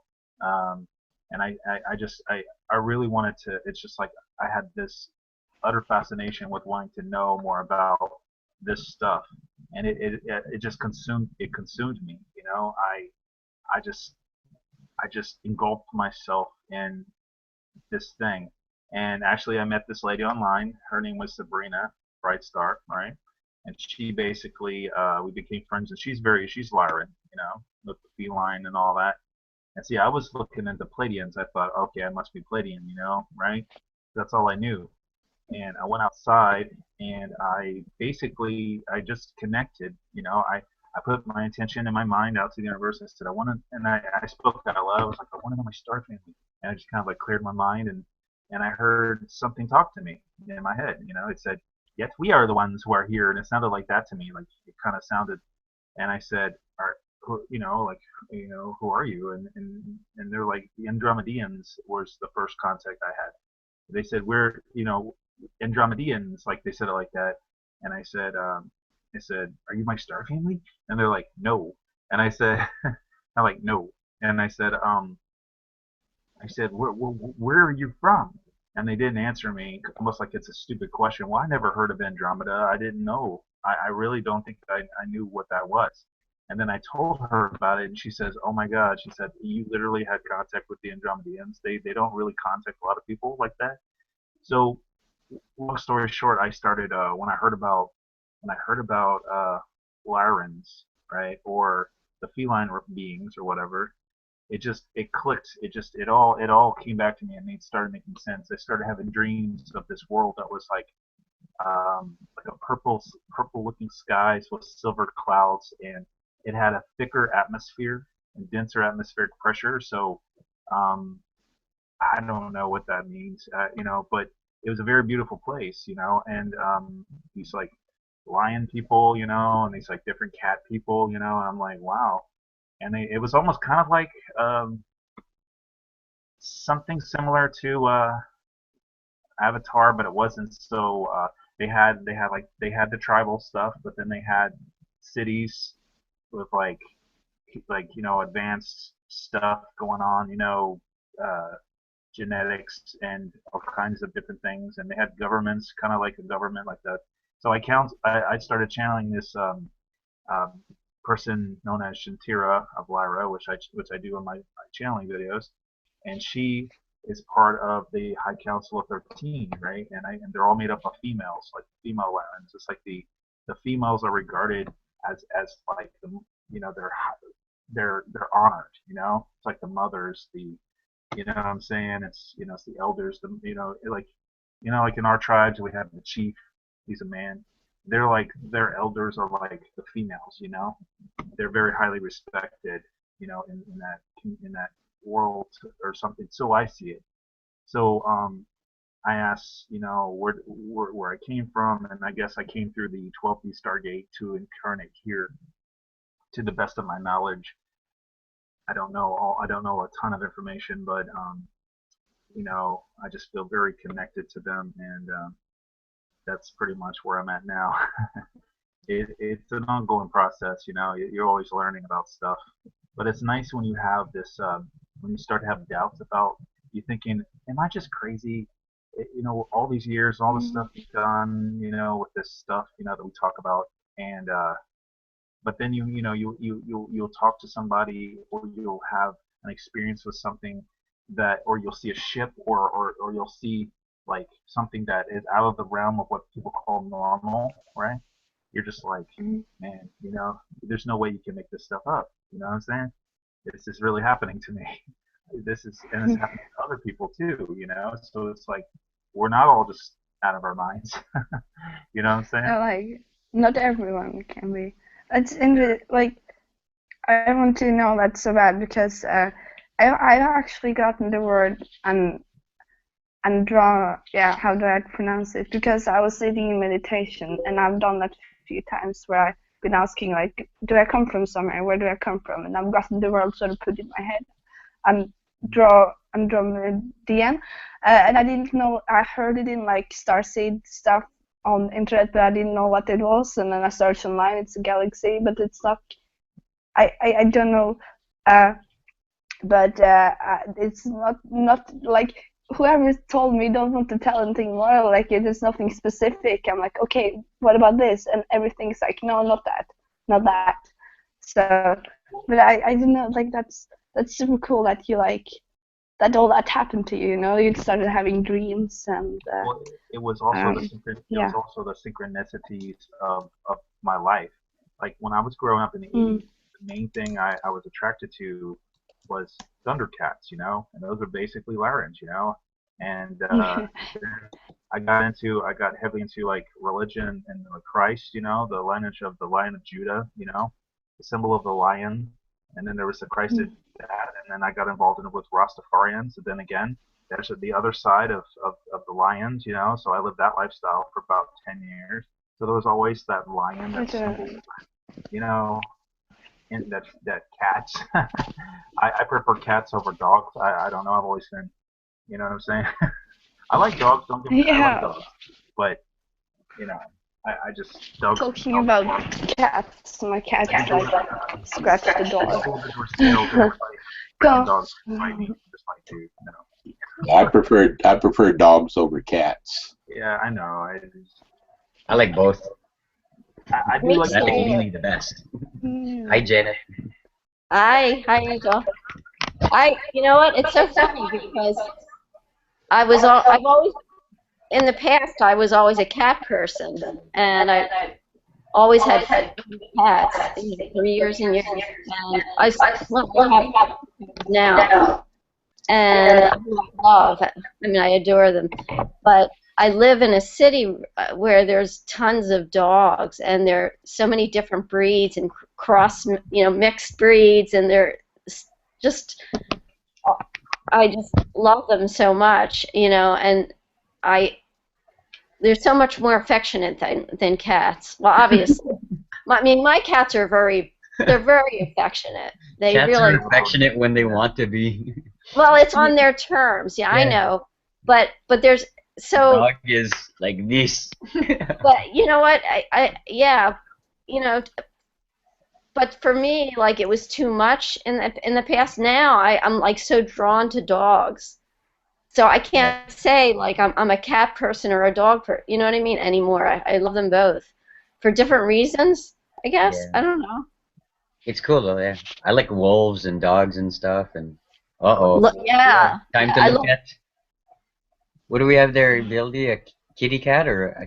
Yeah, while we were talking, my cat like came through the door.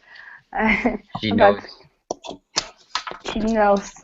Yep. She's calling to you, Ryan. Yeah, kidding. the Lyrian. Lyrian. Oh yeah, Andromedan. Knows. Hey, look. I'm Wait. Andromedan. Yeah. Oh, I'm supposed to be Syrian. I just found out. Or like I have a couple that I resonate with. Look at your cute little furry balls. They're both on Wait a this. second, fur They're balls. sleeping on the sofa. Holy smoke! You see them? Yeah, you think Yeah. you're supposed to be Syrian, Janet? Yeah, I got a reading from that. What's her name? I did her. I'm the one who did the review for her. Mary. Her name begins with an M. She did an amazing reading. It was like a free. She was offering a free reading or a free. Oh, the girl from South Africa. Oh, is she from? I didn't even remember, but Yeah, I put in to get one too. She's got me scheduled for tomorrow, I think. Yeah. Okay. Yeah. So she said a lot of things that really resonated with me and were dead on, and I just felt like she captured the essence of me. It really felt I felt like understood. How when you feel that way and you feel it feels very validating. Have you met Bildy before? Who? Bildy's. Oh no. Yeah. She's our friend from the Netherlands. Oh hi. Hi, Bildy. Norway. No, Norway. She's up in Norway. Hey, Bildy, take a look at Janet and tell her where you see her energy from. That's one of Bildy's gifts. Okay, I can try. Because I discovered something recently too, like, because yesterday I had a reading. Someone gave me a free reading. And while she was reading me, I could sort of tap into what she was doing, and I realized like how it works. So I can, like, it's easier for me now because I know that a lot of what I got before was very muddied. So I have to, like, muddy, like I don't know what it was, So wait. So you can you're able to tell what people are, or?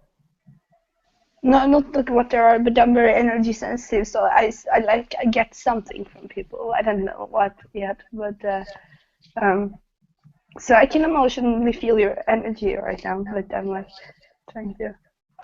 What does it feel like? It has a. I'm sorry, I'm putting you on the spot. Our little one has to learn. What? I just said our little one there's got to learn, so we're putting her through the It's ringer. like. No, she's very gifted, and at 16, I wish I was awake at Oh 50, my God! much less 16. Oh, you're 16. Wow. Wow. Gotta make me feel so old, man. Jeez. I'm 16 too in my brain. I've been very needy. I've been very lonely and needy lately, so I just want to hear all about me. I can tell you something. Like, first of all, the sort of, like, this sounds weird, but this makes sense in my head. Like, I get like the frequency is like very like it's you know, the sort of frequency of if you think about colors, not like vibrant neon colors, but more like pastel grayish colors, like those type of, that sort of energy of, and I get the like the feeling is not quite like a cloud, but like it's because it's really, it almost has a texture as well. So it's like cloud and water mixed together, something like that. And like if you think about colors, it feels like yeah, it's like it feels like sort of light bluish. It's something like pastel-y first, and it gets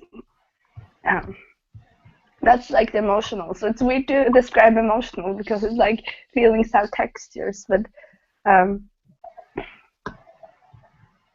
okay.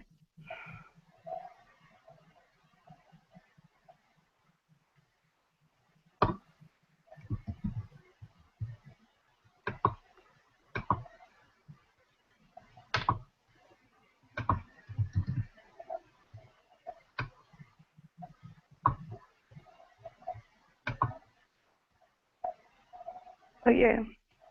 Like it's very cloudy what I get because the energy is shifting because there's so much to the person. So when I said about the cloudiness, I got like also a rod of more like strengthened energy on the core, and I also got like something. What? I got like a sense of royalty, like a little sense of royalty, and I don't know if that's just like a personality, like someone sitting like on a throne, like there's like a sense of royalty. But I'm not getting anything clear. I'm trying to like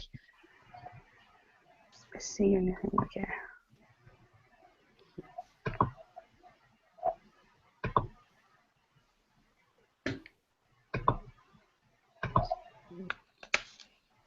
I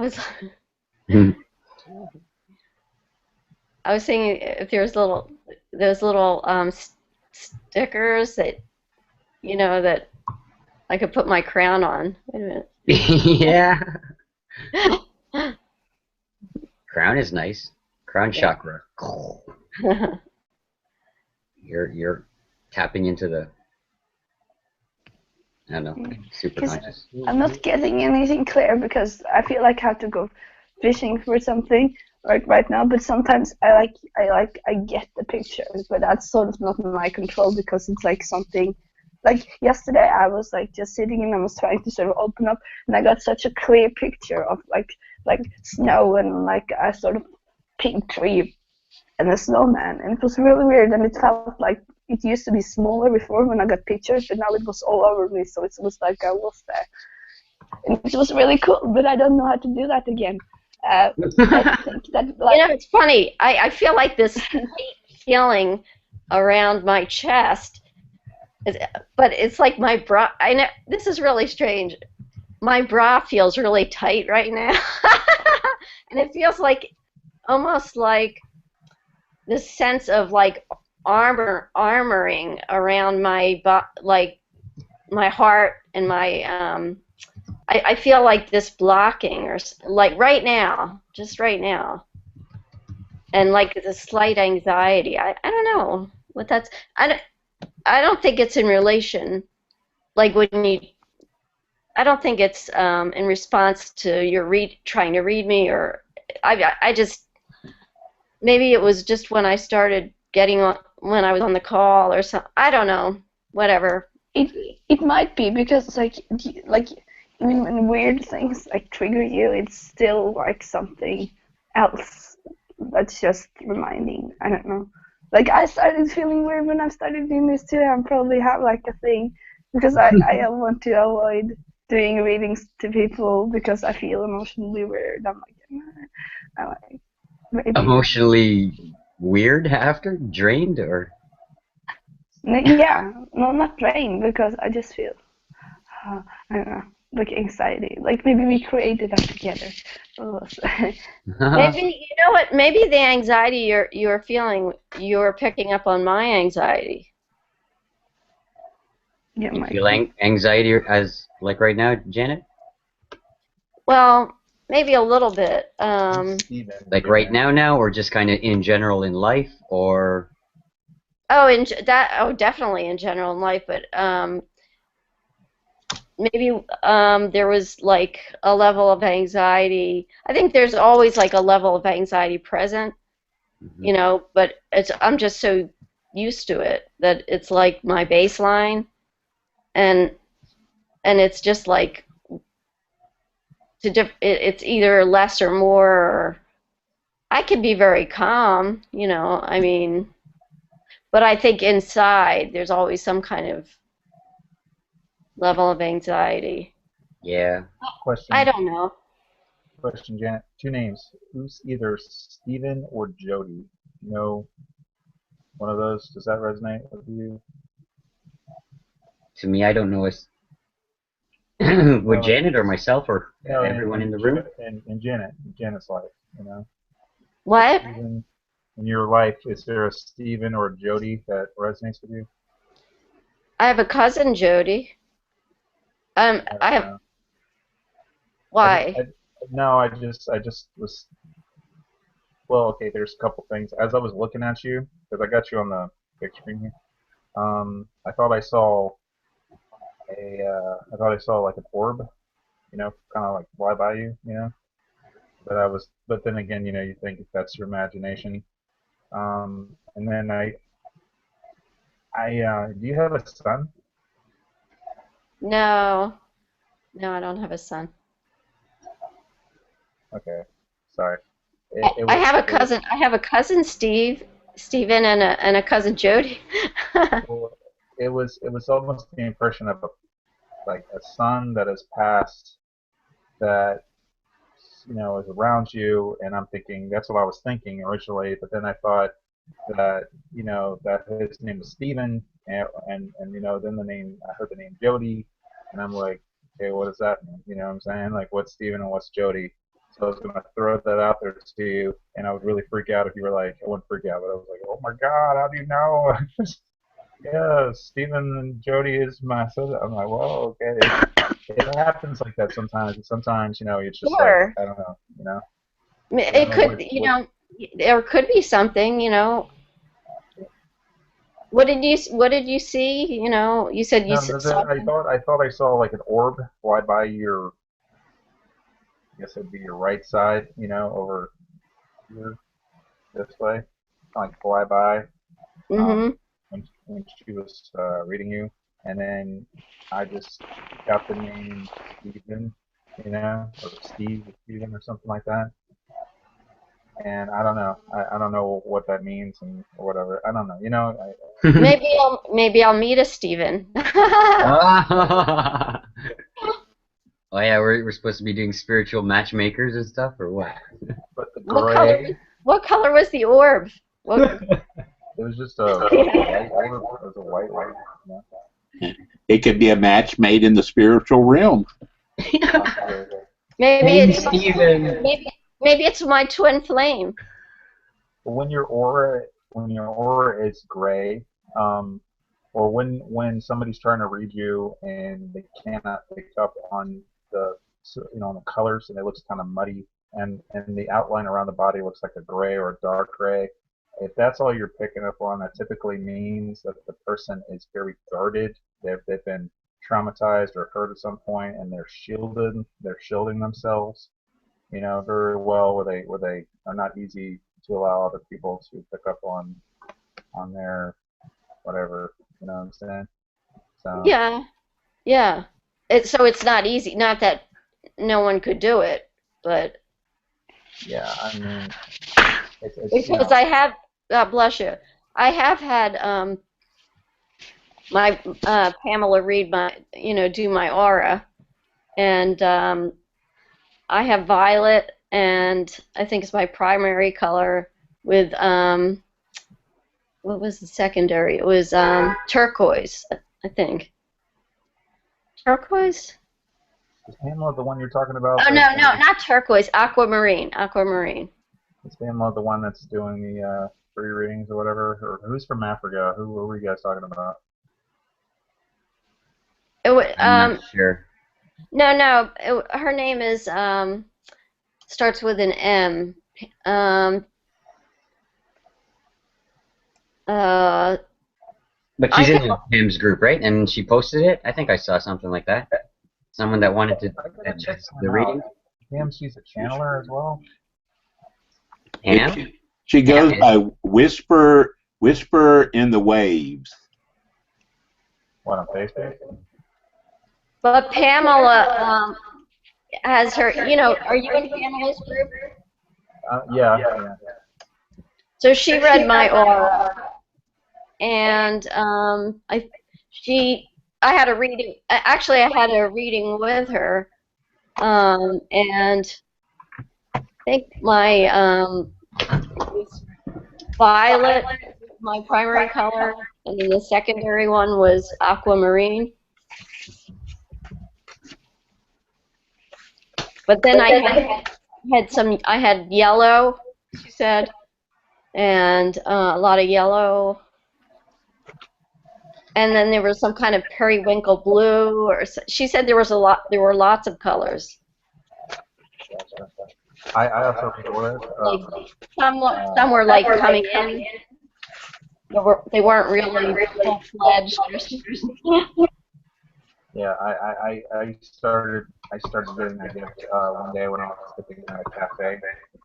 Actually, I was sitting and I had a Panera bread actually, and I was just kind of people watching, and I noticed that's when I started doing a lot of work in my third eye, where I was doing like a meditation where I would go into like I kind of like I know I go from here to here and then inside and it's like in the center, and then you have to like visualize how it's wired up to the cerebral cortex. It looks like a little pine cone. It's like the size of a pea. So I would kind of like my eyes would naturally roll and go back, and I would focus like my energy here and imagine that like if I see any calcification that it's like evaporating off. And then I would also cut out the fluoride. I used the Tom's and Maine deodorant, and I also use the Tom's and Maine 43 toothpaste because it's that combination that bypasses the brain barrier wall that causes calcification of the pineal gland.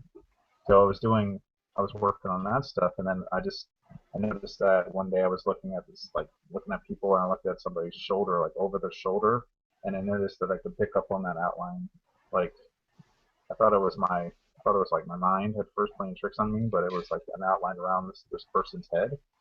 And then I kind of started making my eyes kind of go blurry as I was looking at them, and then it's almost like your lens, like these eyes are going blurry and this eye is starting to focus, and it's almost like it comes together almost like a point, and then you start to pick up like a faint color. But now it's just like what I do is I imagine the etheric body, which is like so far in front of your physical body, and I see that and I bring that over to me, and in my mind I see almost like a hologram, and I kind of like look at it that way, you know. You know what I mean? It's I don't know. It's just I'm not like gifted where I'm like, because I tell people this, they're like, oh, read me. What do you see on me? And I'm like, dude, it takes sometimes you just pick up stuff, and sometimes it's like it takes energy from you for me to do that for somebody. So like what annoys me if people think that, oh, you know, you have some kind of gift or something, because we all have some kind of gift, you know, but it's like they they're like, oh, you know, that's when it goes back to the whole, like, if you're doing it as a business, you know, I can understand the exchange of services, goods for services, you know, that's just the law of reaping and sowing, you know, right? Because it seems like in the spiritual community, people always want you to do something for them for nothing, you know what I mean? Without some kind of, you know, you can do things for people, but it's like a kid getting a car, an expensive car for a birthday, or you know, for a 16th birthday present, and they have a you know, a BMW, and I had to bust my ass at the grocery store to save up $2,000 to buy my little beater. You know what I mean? I love the crap out of that beater because I took care of it and it was mine because I invested my time and my money into it. It's like, I don't know. It's just, it's kind of going into the realm of like, you know, I was watching Bashar talk about it recently. You know, one of his videos, he was saying that it's like talking about ownership of something, you know, because he was talking about copyright laws and stuff like that when it comes to uh, the Bashar material, you know, communications and stuff, you know, in this recent video. And he was saying that, you know, if you grow a tree and you put the time and energy to grow that fruit tree, you have ample access to that fruit. It's yours, you know. But if you want to get it from somebody else, you know, you have to, right? So my point is, it's like, you know, I, I could probably do it if I really focus and stuff, but sometimes I just don't, you know, I don't I don't feel like it. You know, I'm working and I'm, you know what I'm saying, 3D life kind of catches up with you. You know what I mean? I try to be like this. I just get frustrated sometimes. Sometimes, like, you know, people expect so much of me. You know, what did you say? What catches up with you, Ryan? the 3D life. You know, like I'm working a 9 to 5 job. I come home, I'm Yes. tired. Yes. I got my YouTube videos that I make about the stuff, Yes. and people want they used to, like, it's almost like sometimes I think, why am I still doing this? Because, you know, I like doing it. Just like Angel likes playing guitar, I like creating like Starseed Media. I like creating content. You know, I just I just like doing it. You know, and it's my creative outlet.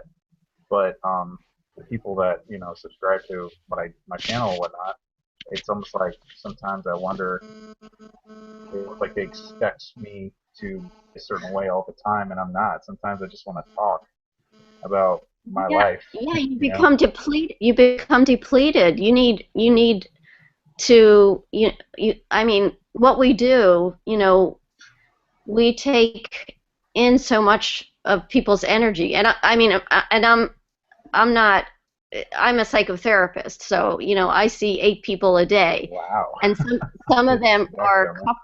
couples, Yeah. and some of the couples that I see are very challenging, and Wow. so I come home after an 8 or 9 hour day, having seen maybe 7 or 8 people, and if on a given day maybe I've seen 3 difficult couples, or even on an average day, there've been days where I come home and I just collapse on the couch. I don't turn on the TV. I just stare into space for, you know, like, I don't know. I just stare into space. I just feel completely depleted, completely drained, and I don't have enough in my life right now, you know, to nourish me, and I'm really burning out. You know, I need a vacation. You know, I need to go away. I need a change of scenery, and Yeah. I used to feel much more passionately about my work, and I don't, and it's like, right now it just feels like it's all about paying bills and trying to get ahead, and you know, it feels very empty, you know, and it's kind of like, um, Repetitive and kind of like monotonous, you know, right? yeah, and it's like this you, I I've been noticing that I'm referring to my career as a job. I'll tell people, well, my job. I don't say my career anymore. I've been catching myself saying that. And I'm like, that's not a good sign. You know, that's really, I mean, I don't say like I'm going to my office. You know, I say Yeah. I'm going to work. So you're like a doctor. You're like Dr. Janet. Yeah. Wow, cool. It's time Yeah, for a doctor. vacation, Janet. Dr. But it's more than that. Wow. It's more than that. What a great Shift name, though. one thing in your life. What's that? No, you it's a Shift great name. one thing in your life in the direction that you wish to go, and don't without any expectation and without any big fat goals of vacations or this or that. Just one thing, one, and just work on that for a month. Wait. If it's like, let's whatever. If it's like, I don't want to say, like, because meditation, everyone, it's like hard to meditate. So here, honestly, on mine, what helped me through a lot of things is my walk. And I honor my walk, my morning walk and my evening walk, more than almost breathing. Because I know that if I walk and just take 10 minutes even to go around the block and think of nothing, just walk. By the time I come home, I'm refreshed and I can do, like, fortunately, yes, I can work at home and stuff, but like even when I was in 9 to 5-ish kind of stuff, I would, and thankful I had Leela, so I would just equate it. But like a lot of people thought, dang, I gotta walk the dog, I'm walking dog, you know? No, I'm walking, Leela's accompanying me, but it's my time. Even 5 minutes clears everything. I worked on that. I didn't work on, I gotta get to the vacation, I gotta pay my bill, I gotta do that. And then I just worked on diet. And then I worked on, maybe I'll do sitting meditation. Now I have a daily practice of stuff that I do, and then it feels smooth and seamless now. But it started with the walking. For me, that's why I say, if it's something like, if you want to maybe change one thing in your diet, just for the better. Like, say if you're feeling drained, what's better, more fruits or vegetables? Example, right? Hey, and then eating that one apple a day can be your 5 minutes of like, and then you just bless the time and and clear your head. And then I don't know, that's just something that because you know, when you try to move a sailing ship all in one thing, it's hard to do. But if you just move the mast a little bit, guess what? Eventually that ship can turn. Well, I have tried to. I started running, and yeah, running's good.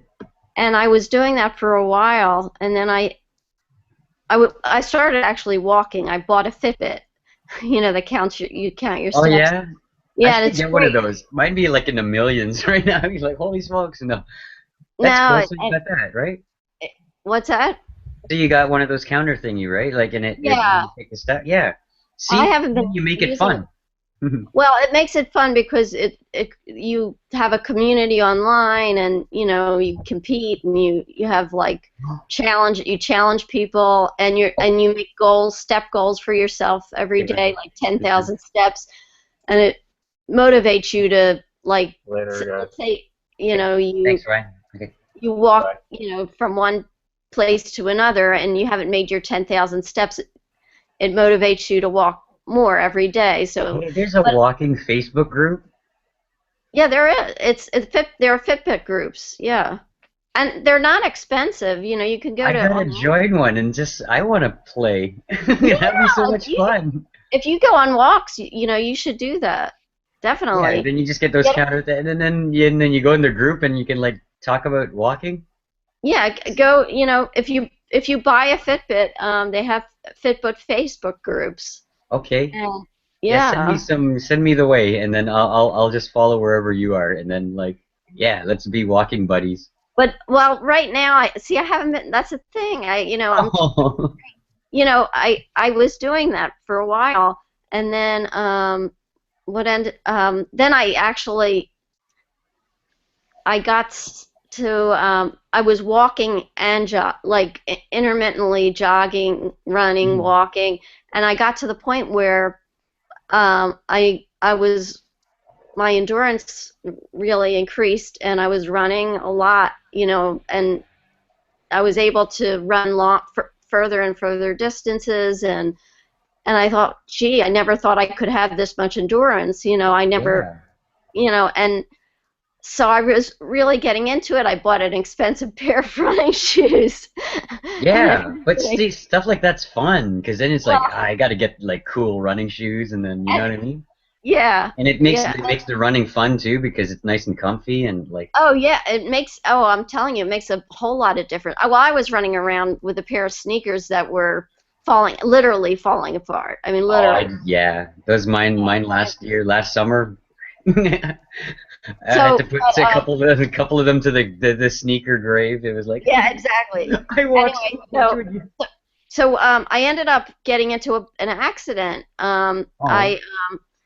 It was really mostly my fault because I was turning around while I was on this trail, and there was a bike behind me, and I didn't look, so I turned around, and he was going too fast and to stop in time, and he hit me, and he hit my ribs on the left-hand side.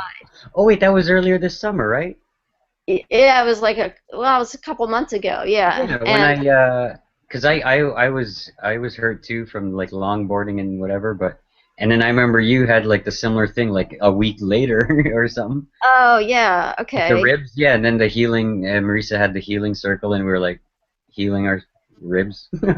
Yeah, and I had this actual Ellen Barkin, who's on Teal Tribe. I don't know if you know her. She recommended this pure bioenergy integrated healing that you can do long distance. I don't. You know about that? Not know so much, but like I like distance healing. That's cool stuff. But I mean it uses like this. It has to do with quantum physics, and the healer couldn't even explain it to me, but she said it just works. Believe me, and you can do that. Yeah, so I mean, I don't know if maybe I think they did heal a lot more quickly than they normally would have, but so it kept me out of the game for a few weeks, of running, and but I got back into it, and I thought, I'll be back in it, but then I didn't want to do it. I don't know. I just can't. You got back into it running a little bit, and then it just kind of tapered off. Yeah. But I can't. I feel like I'm monopolizing this conversation. I'm sorry. No, Jen. It's a complete open. It's an open forum. Like that's what we. Like I'm not even like not to steal from Marisa, but like I held hangouts before hers also, and it's the same idea. It's all about it's just an open forum so that people can discuss whatever they want, and for the main purpose of helping people out. So if this is like I'm wondering like suggestions of like what what I mean. It's all like how do you pronounce your name? I'm sorry, Vilda. Yeah, it's okay. Is that your? Am I pronouncing that correctly? I'm sorry. Yeah. I feel like I'm wondering how you're feeling. Well, it seems like you don't feel well physically, and yeah, I'm sick, so like yeah. like the weather change and stuff like that, kind of. Yeah, I'm getting like slightly like I don't know. Yeah, sick. So. Where do you, oh, you're in Norway. Okay. Yeah, Norway. Yeah. Did the weather change there, or? Yeah, probably something like that. Like it's getting cold very fast now in Norway. So yeah, I have a cold. Yeah. Yeah, it's much colder here in Philadelphia too. It's like, Yeah, okay. yeah, you noticed it for Yeah, you.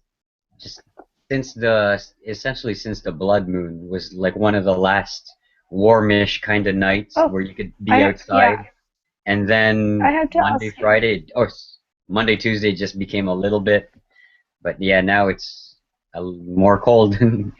Now it's like, oh my God, it feels like it's winter already almost. Mhm. It's I like, have to ask you like blood moon stuff. Like what happened to you on the blood moon? Did you feel any like weird energies or something like that? I'm very. On blood moon, I don't know. Can you even hear me? we can hear Yeah. you. I can hear you. Yeah. Okay. For me, shortly, This the blood moon it felt very nice. It was like a jam night and stuff, and I did just a lot. Whenever it's like the solstice or equinox, full moons, blood moons, blue moons, very special days like that, I usually take those days off from any kind of like work stuff, like any kind of internet work or even a lot of like the socializing-ish kind of stuff that we can do all on Facebook and all the other ones. Usually tame it down on those special days, and then just go into myself and just feel like, hey, I use it as a bookend of a changing of time. So then it just like, what have I done up until now? What do I want to do going forward? So I use those days they're like super walking meditation days or well, everything that I yeah. how did you feel mentally during those days? For me, like for me, it felt very like cleansing and expansive and excitement because it was also a jam night day. So like I went out that night to jam with my friends. So to me it felt like a nice complete celebration.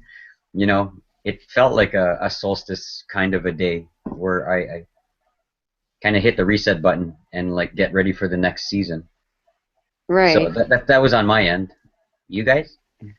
Yeah, I like nothing crazy happened to me. I had I think it was yeah, like it was a weekend, so I just it was actually because some people felt very crazy, but I did feel like because this blood moon was supposed to be like many things, but also like a raise in consciousness, and I Oh did yeah. feel that at one point during the night where I felt sort of like it literally felt like a whoop, like a race, Mhm. you know, Yeah. like my I whole felt energy, and I can Mhm. feel it, and I felt really sparkly, but also really like whoa, like also a little bit like my energy was falling apart, but not in a bad way though, like Mhm. very confusing, and so that was it was like an upgrade kind of. I did feel Yeah. that. To me, I guess yeah, it feels like Um, I shattered like yeah, sure. I shattered the And pieces like and then I just picked them up again and then put them together in almost like a similar but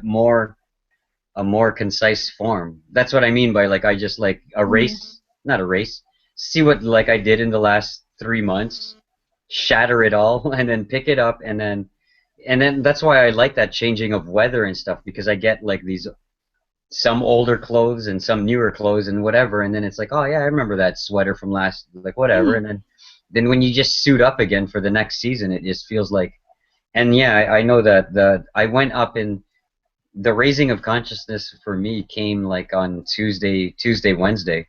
I just went, and then I know, like walking now, or like living now, wherever the heck like it just, yeah, it went up again. It's cool. Like those shifts, they're happening quicker, and that was a big one. We just got bombarded by gamma rays, guys, like from the sun, and from like all the other planets and stuff, or I like feel the like it. sun bouncing off the blood moon and coming back. Like all of that was Yeah, our DNA just it physically shifted our DNA. If you're open to the idea of. I felt like it happened so. It was nice though, but I felt like it happened so quickly for me, in a very good way, because I feel like the reason people's lives, like on Facebook, they tell me like that all things in their life are went crazy during the full moon, but I think it's because if your whole life, like if that energy shift happens, but your whole life is attached to that other energy, then that physical also had to go. But if you already live a kind of an enlightened life, nothing outside really has to fall apart for that shift to happen. So I don't know, Yeah. like because that happened for me, like in a shift during more 2012. But then I feel like this happened in like 2 seconds, but then it happened like in 6 months, where I felt that shift and I felt Yeah. that falling apart. But then a lot of physical things had to go as well, and that was really hard because you have built this physical life for yourself and you are attached to it. So people that hadn't already done it before, that was probably what happened to them. Yeah. Yeah, it's definitely So if you Well, kind of, yeah. Oh, go ahead, Janet. mm, no, finish what. I'm sorry, I didn't mean Oh, for to. me, like, yeah, because it's the or all everyone, it's like it's an exponential equation rather than like a linear equation, meaning like every year or even every second for that matter, but every moment that goes by and by, we're learning more and more, faster and faster. So it's like it's an exponential curve. Our consciousness goes like this. It goes like that. So the more the just in one day we can learn so much. Compounded on the second day, we actually learn not double, but we learn a fraction more, like 2.589. And then on day three, we learn actually not just 3 times more, we learn 7.698 times more. You know what I mean? It's exponential, is our knowledge and our wisdom. Now, rather than just like, oh yeah, like compounded double every day, we just learn double, double, double.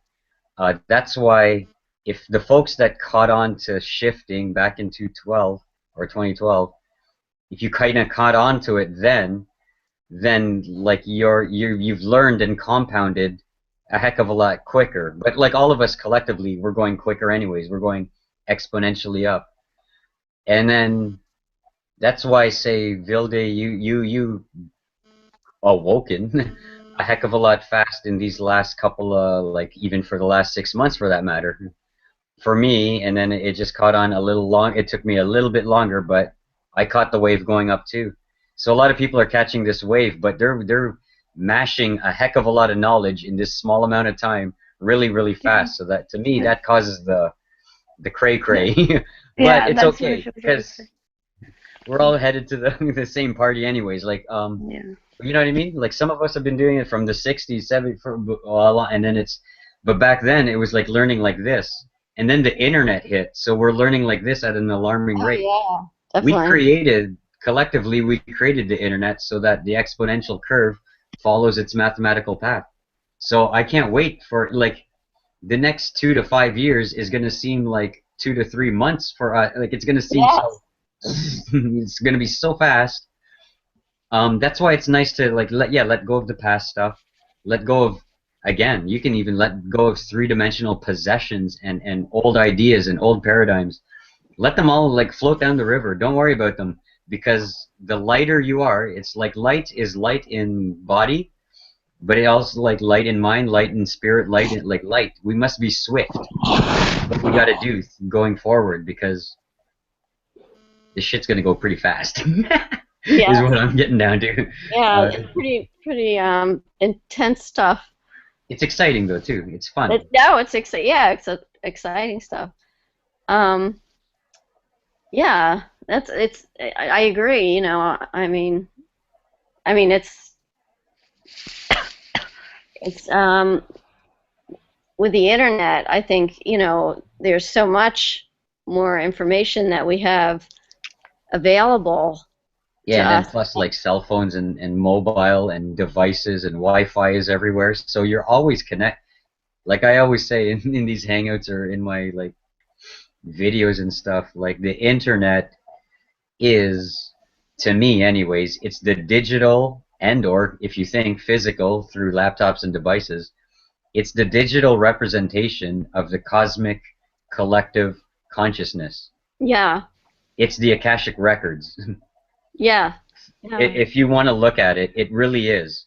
Because when we say we're going to access the Akashic records, what is the Akashic records? Really, if on the school of thought, it is every thought that was ever made or thought of or every thought that has ever been produced from anyone, yes, past, present, and future. It's the thought, and it went into the cosmic collective consciousness. Guess what the yes, internet is with all our posts, all our tweets, all our everything. yes, It's so good, bad, ugly, no matter how crappy stuff is or how enlightened the stuff or good or violent or loud or soft or beautiful or anything, the internet is an avenue that everybody is able to, you know, for the most part, able to, there's some restrictions in different countries, but for the most part, the internet is a free. I hate talking like that because in my brain, I know it's not really, but it's generally it's a free platform for anyone to just voice their thoughts. And guess right. what? Less that the servers or whatever are gone and they erased or whatever. Once if you post on Facebook, it's actually the ownership of Facebook, which is really funny, but essentially it's out there in the cosmic consciousness, the digital form. So really, There's a lot of that's why. false. Yeah, of course. But guess what? I'm pretty dang sure the Akashic records are filled with a bunch of lies Oh also. yeah, yeah. You know what I mean? You So know what? There's another aspect to it that I don't know. How old are you, Angel? I am wise years old. No, but it is. I mean, no, I'm not. I'm no. What? I'm 40 actually. Oh, okay. I mean, okay. So I'm 50. 1975. Yeah. Yeah, 1965. Okay. So Okay. for me, I'm noticing that like kids seem much more intelligent than they Mhm. did, you know, They're supposed when to. and but I think a lot of it has to do with technology and the internet and the availability of all of this information. But at the same time, since I wasn't brought up with it, it's almost like it's overwhelming in a way. And Mhm. maybe not everyone experiences it that way. Maybe it's not an age thing. Maybe it's just particular to me because That's why I say. Yeah. Oh, go ahead. maybe it's just particular to me because I feel um, there's been so much going on in my life in the last few years, and losing my mother, and you know, oh, Yeah. tons of things, Of course. tons of transitions, Of course. uh, Yeah. and I can't even begin, to anyway. Hey, it was a crazy couple of years for a lot of people on all different levels. So, and that's part of the whole thing too. My Like my we whole just my got bombarded by internet, by advertising, by all the commercial, all the American Idols, all the everythings, all the consciousness awarenessness, all the yeah, YouTubeness, like yeah, but on top of all the bills and all the all I'm the talking about daily stuff. I'm talking about like since 2008, my whole world was turned Yeah, upside down. You definitely. know, Yeah, it's all part of the show, as we say. to the, but like I was divorced. I had to declare bankruptcy, foreclosure on a house that I owned, and my ex-husband mismanaged money, and I didn't know about it, and then I mean, there's just all of the stuff, and just realizing things about having to come to terms with and really face things about myself that I had never seen, you know, and really understood. And but I have, you know, compassion for, you know, a deeper sense of compassion for myself. Excellent. But at the same, when I'm not beating myself up, but which I can do.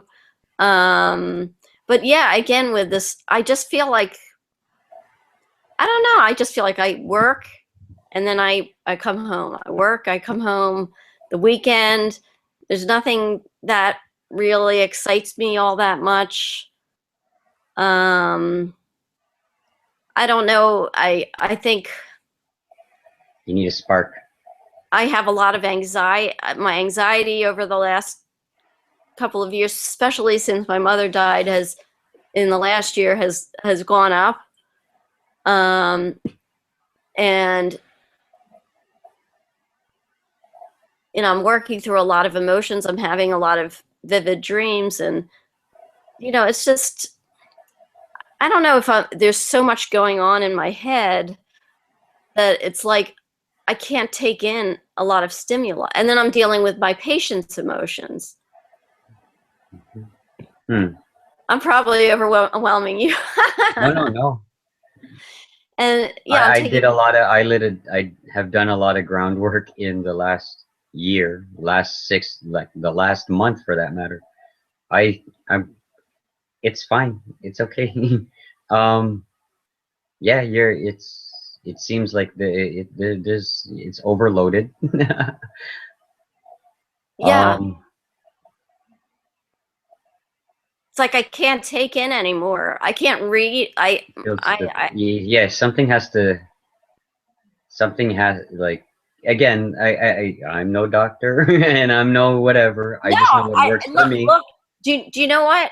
But just that isn't a thing. You know what I mean? Yeah.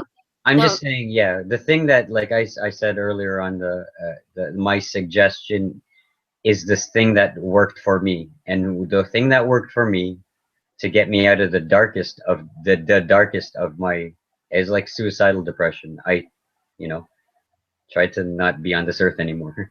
But like what got me out of that, all the spiritual stuff, yeah, there was a thing that said, hey, it's not your time, and then that's the thing that kind of switched me around. And but the physical action that helped me the most was walking. And because I couldn't love myself yet, I could not. Things were still scattered in my brain.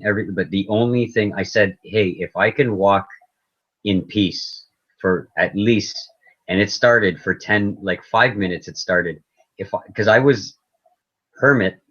I didn't want to go outside. I didn't want to.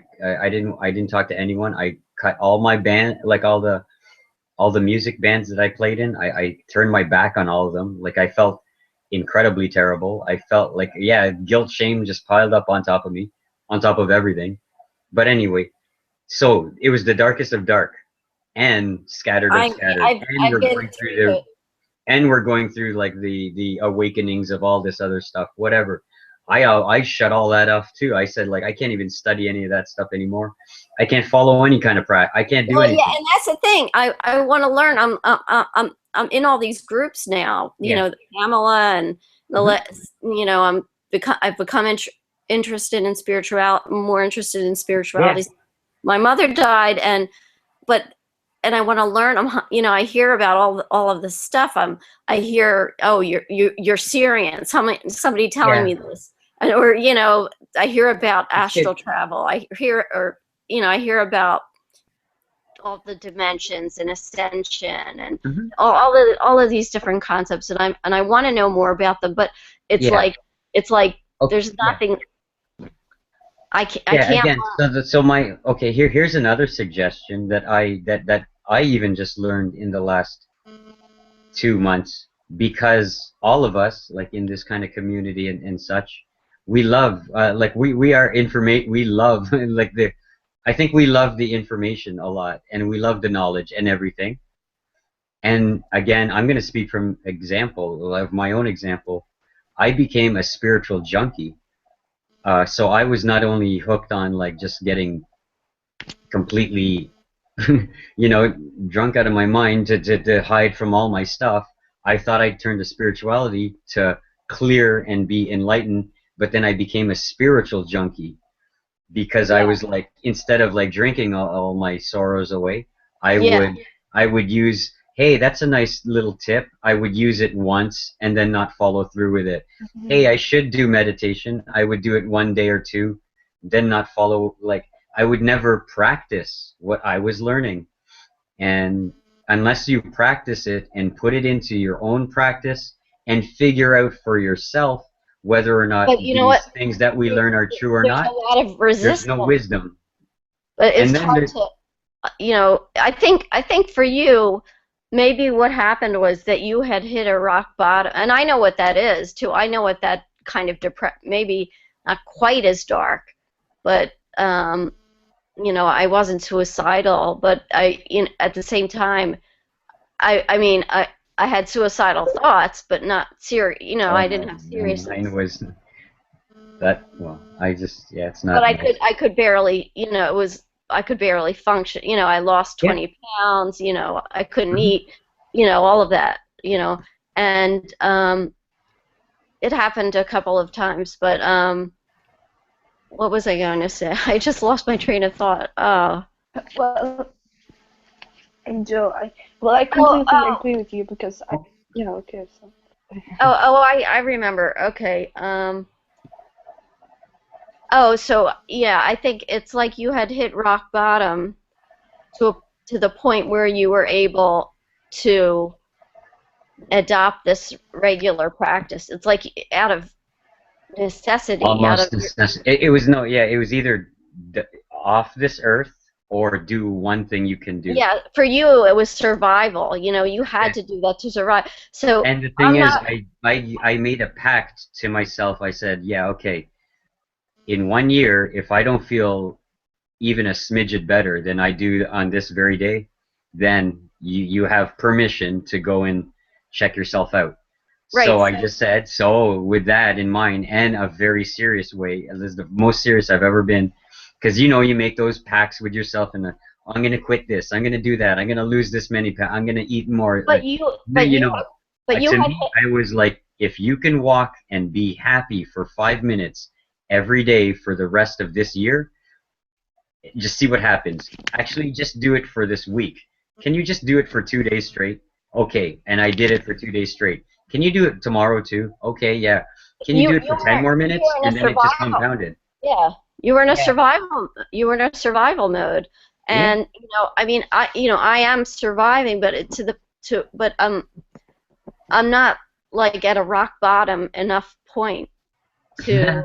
Oh yeah, that's the thing too. Yeah, the human, it's either pleasure or pain, and then that's all we're gonna do. It's like go towards the pleasure, or is this pain so painful enough that you got to turn the other way and start doing the other stuff?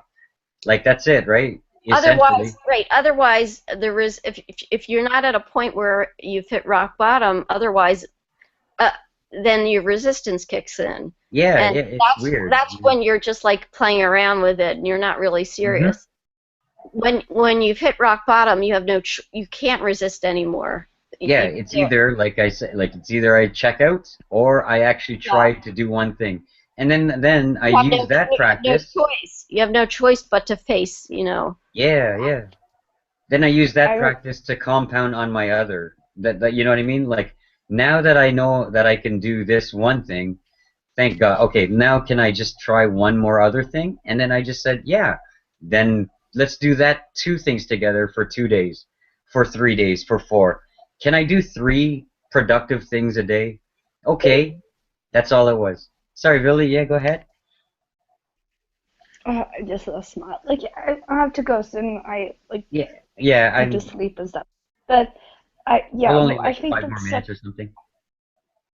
yeah, well, I think like what you say is like so important. Like um how it was for me too. You didn't just have to start because I was also like theory junkie. Like I watched a lot of videos and I understood it and I felt smart and I felt better for understanding.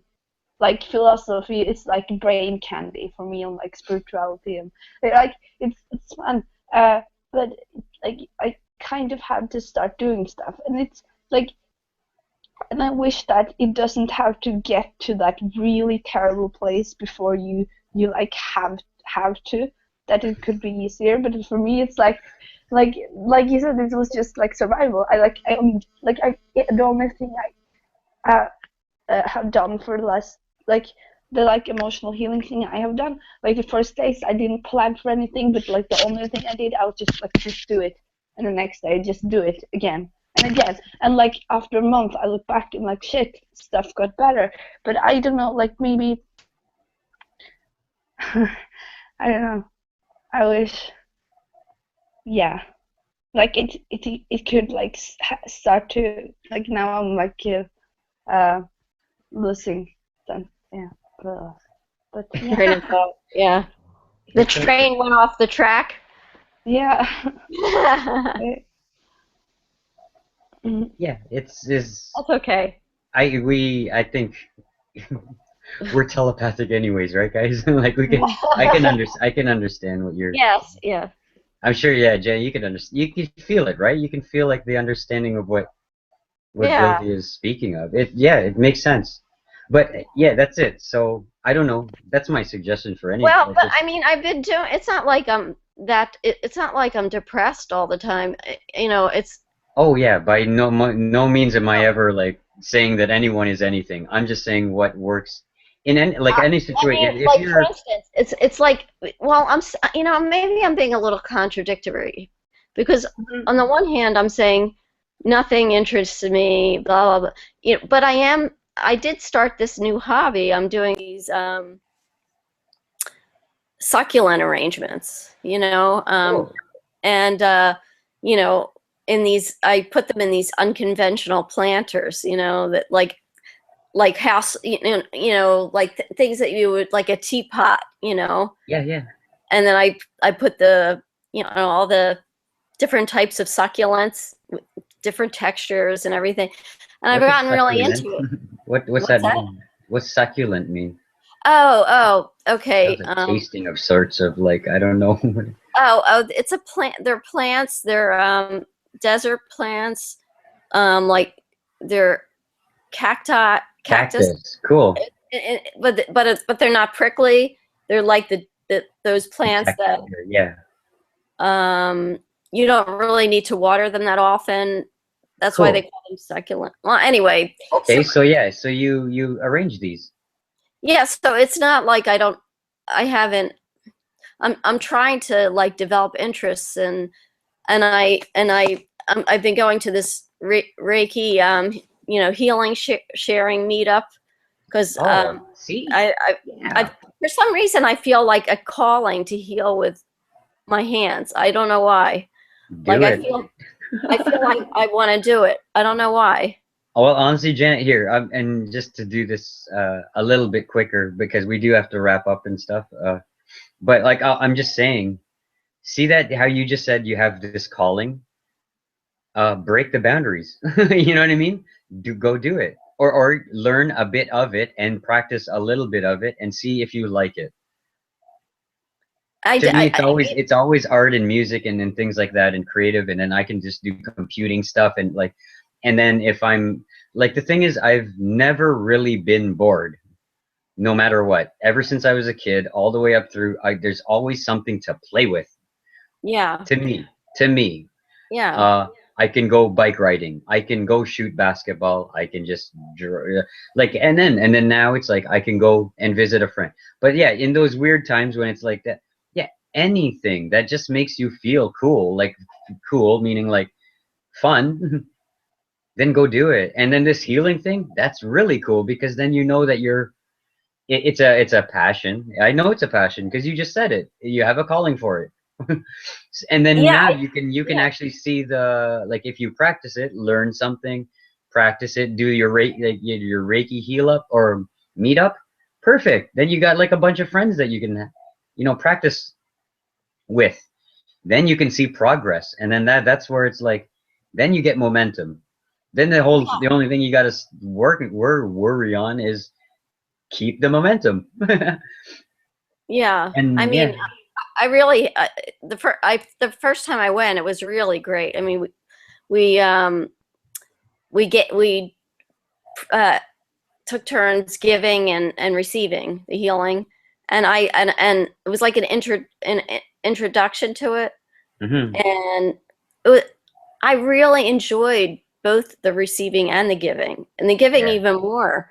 And it just, I don't know, it just, there's See, the something thing is, it's cool because look at what you know, when you're like, again, this is just observation, but like, see, in your job, your work, your career, you are essentially healing because you're, you know, you're doing your work with a client, right? Now, and you say, see how that's draining. This is observation. See how you just do this little Reiki thing, I don't know, weekly meetup, and you're saying like even the giving gives you or feels good and gives you energy. There's a difference. Maybe, yeah, you are burnt out on the career stuff, but see, look, when you do something that's in alignment of what you feel like doing, it's energetic rather than draining. I That's don't why know. I have. Yeah, Go go ahead. on. No, It's I'm just saying, like, I've had like the other 9 to 5 jobs and this, that, the other call center jobs. I did computer programming. I did like this, you know what?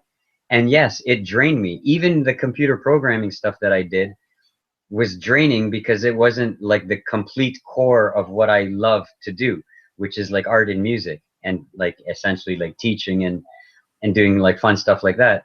But you know what I mean? So I got super burnt out. That was another dip in my life. That was like 7 years ago, or like even more, longer than that. But so to me, if I'm not like, especially because I'm Aries too, if I'm not doing exactly what makes me feel good, then it never really works out, and it always drains me, no matter how cool the thing is. If it's not, and again, this is just a snippet of time right now, and it's always kind of been this way, anyways. But if it's not really artistic or musical, or even like a playful technical building kind of thing, because that's what I love doing, like building websites and stuff. If it's mhm, not that per se in just this three-dimensional world, it doesn't really feel good to me. mhm, So I can get like the biggest paying computer job of like doing some, you know, because I took computer science. You know what I mean. mhm. So that's what a lot of my work was before in my like 9 to 5 uh, kind of years. But even of that, like I kind of enjoyed it, but it felt work like. But Yes. when I turn to my internet marketing and the stuff that I do online and like the other kind of and the artistic and the music stuff that I do, it flows like energy, and it's just like I'm never drained. I sleep 2 hours a night, and I don't, and maybe a 45-minute nap. I don't need it. Mhm. It's weird. Yet in my dark days, like a year or so ago, I needed 8 hours, 12 hours sleep, and I was lethargic, and it was just like stupid. But when I do something of passion, life flows. And I just think that's the key to happiness. I really That's it. do. Yeah, as weird as it is, it's as simple as that. Even that's why I say walking to me is fun. And so if I can do that one fun action each day, then I know that I'm good to go because I've learned to compound that energy that I get from walking. Plus I do a lot of thinking during that time and not thinking. It's fun. And then by the time I get home and I get to do my work of the day, it's refreshing and it's like, oh wow. And then I know to only do it for 2 hours. Don't be on the computer for that, you know? Then I go stretch again. Then I do an hour of work. Then I go and do another walk. Then I come back and do, see, it's a different pacing rather than 9 to 5. Work, come home, do this, sleep, get up, do it all over again. No, I didn't want to do that in my life. I just created the pattern and frequency that I want to live my life like. And lo and behold, I have done it. Like that's to me, that's how I have become the awakened. Like that's how I become, how I went from dark to light. It's fun, and I kind of mixed it all together, like spirituality, music, art, business building. I just mixed all the stuff that I really like, and I said, this is what Angel likes doing, so he's gonna do this till, you know, for a long time, or until I figure out like other fun stuff to do. Actually, next year is going to be all about traveling. So That's another thing. I really want to travel. That's like a passion of mine, and you know, and photography. I really want to get more into photography and travel photography. cool. Oh well.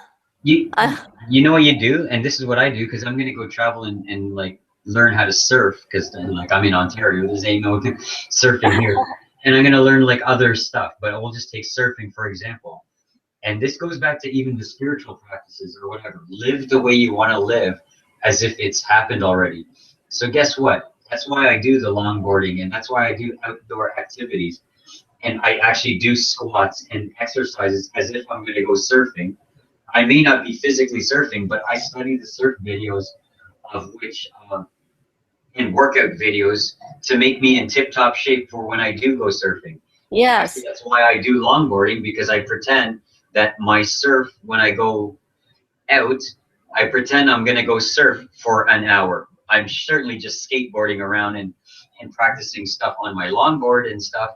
But to me, in my brain, it's as if I'm surfing, because then when I do go to Costa Rica and I take 2 hours to go surfing, my body and my brain and my mind and it's already accustomed to it.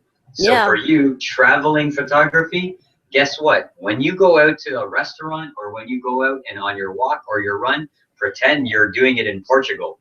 And then you say, hey, that's a beautiful tree. It may look like the maple tree that like is you know regular. what? I don't have to pretend. Everything is.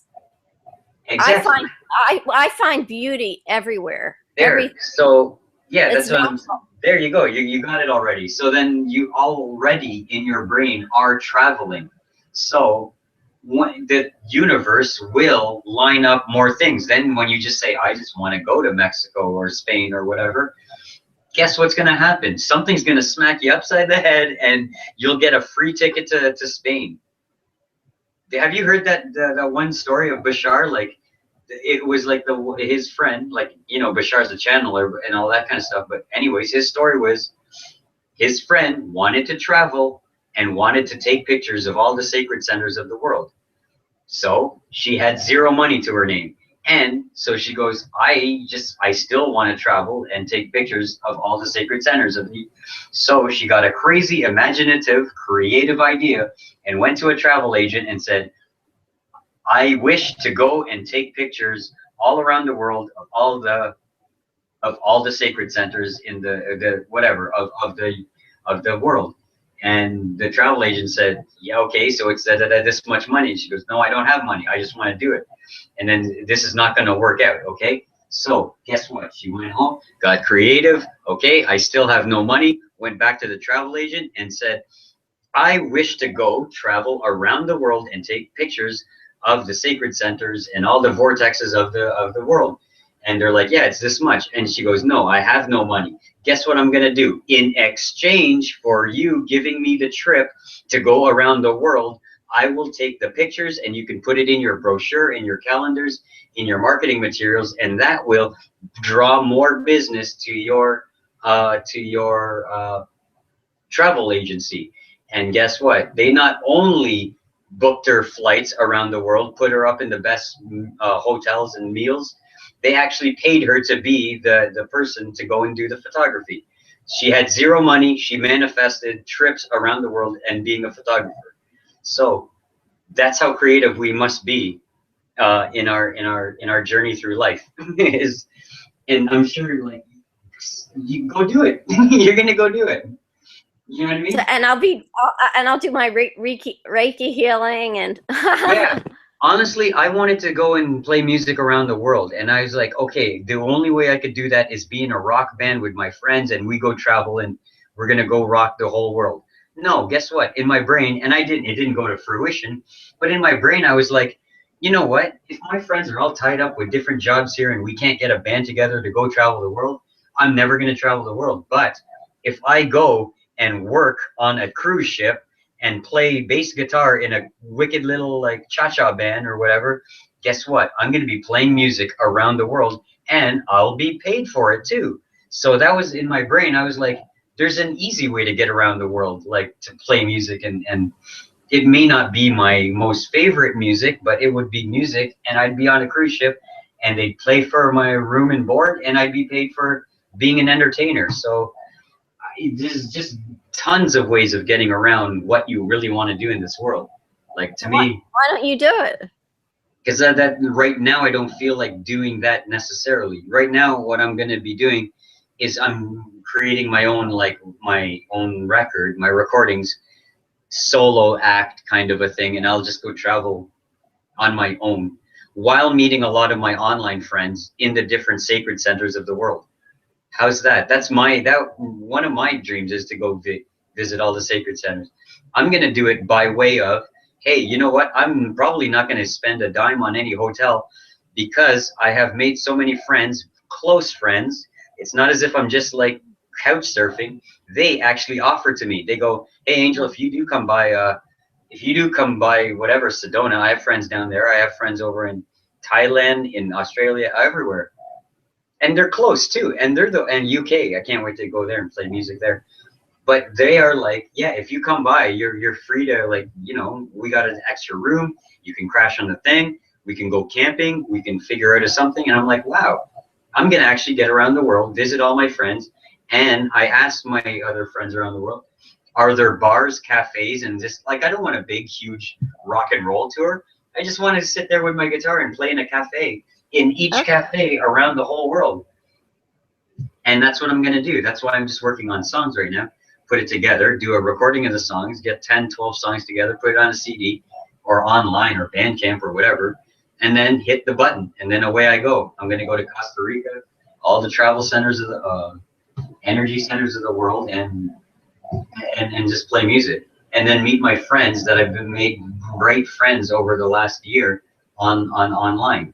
And then, like, I've been connecting with my community too, so there might be one or two friends from here that will come with me, or at least come to one place with me, and that's what I'm gonna do. Mm-hmm.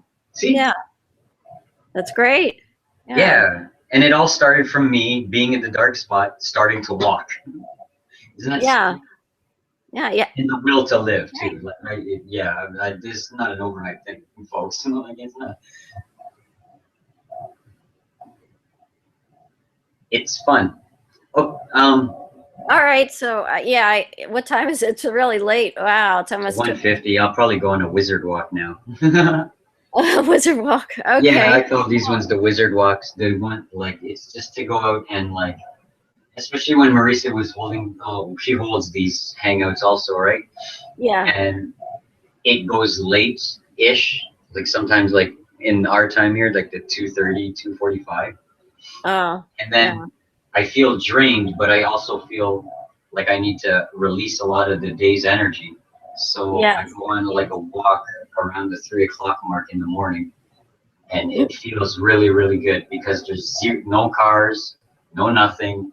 Everything's at peace. I get to clear my energy. And then when I come home, I can just relax. And see, that's how I get the good hours sleep, because I'm refreshed when I sleep. Rather than bringing the garbage of the day into my sleep, you get a restless sleep, you wake up and you're tired. So I would rather just wash away the day and then rest nice at night. And it only takes me 2 to 3 hours of proper rest to feel rejuvenated again. So I wake up with the sun, and then away I go. Yeah, that's great. Yeah, it's fun. That's great that you found that practice. I worked hard to do this, like, to figure it out. You got to figure it out for when you figure out yourself and how your own body and mind and everything works together, find your own rhythm of the day, and then your own rhythm of the week, and the own rhythm of the month, and the rhythm of the year, and, like, then you're flowing. That's how I did. Like, that's how it's. Yeah. Well, it was a pleasure chatting with you, Angel. Yeah, totally, Janet. It feels very, very good. Yeah, it's nice. Yeah. Hopefully I'll be able to participate in more of the hangouts. It's usually hard. Yeah. What? Yeah, yeah, you're in there quite a few times, and it's really nice. I love it. Like Well, it's the best. yeah, not so often. I mean, or if I may jump in for like 10 minutes or 15 minutes because it's so late when they have them, and I'm only able. I mean, it's Friday night, so I'm only able, Hmm. I could do it on the weekend, but Yeah. so all right. I guess we Okay. both. I'm ready to fall asleep, All right. and you go on your walk, your wizard walk. The Wizard Walk. All right. The wizard walk.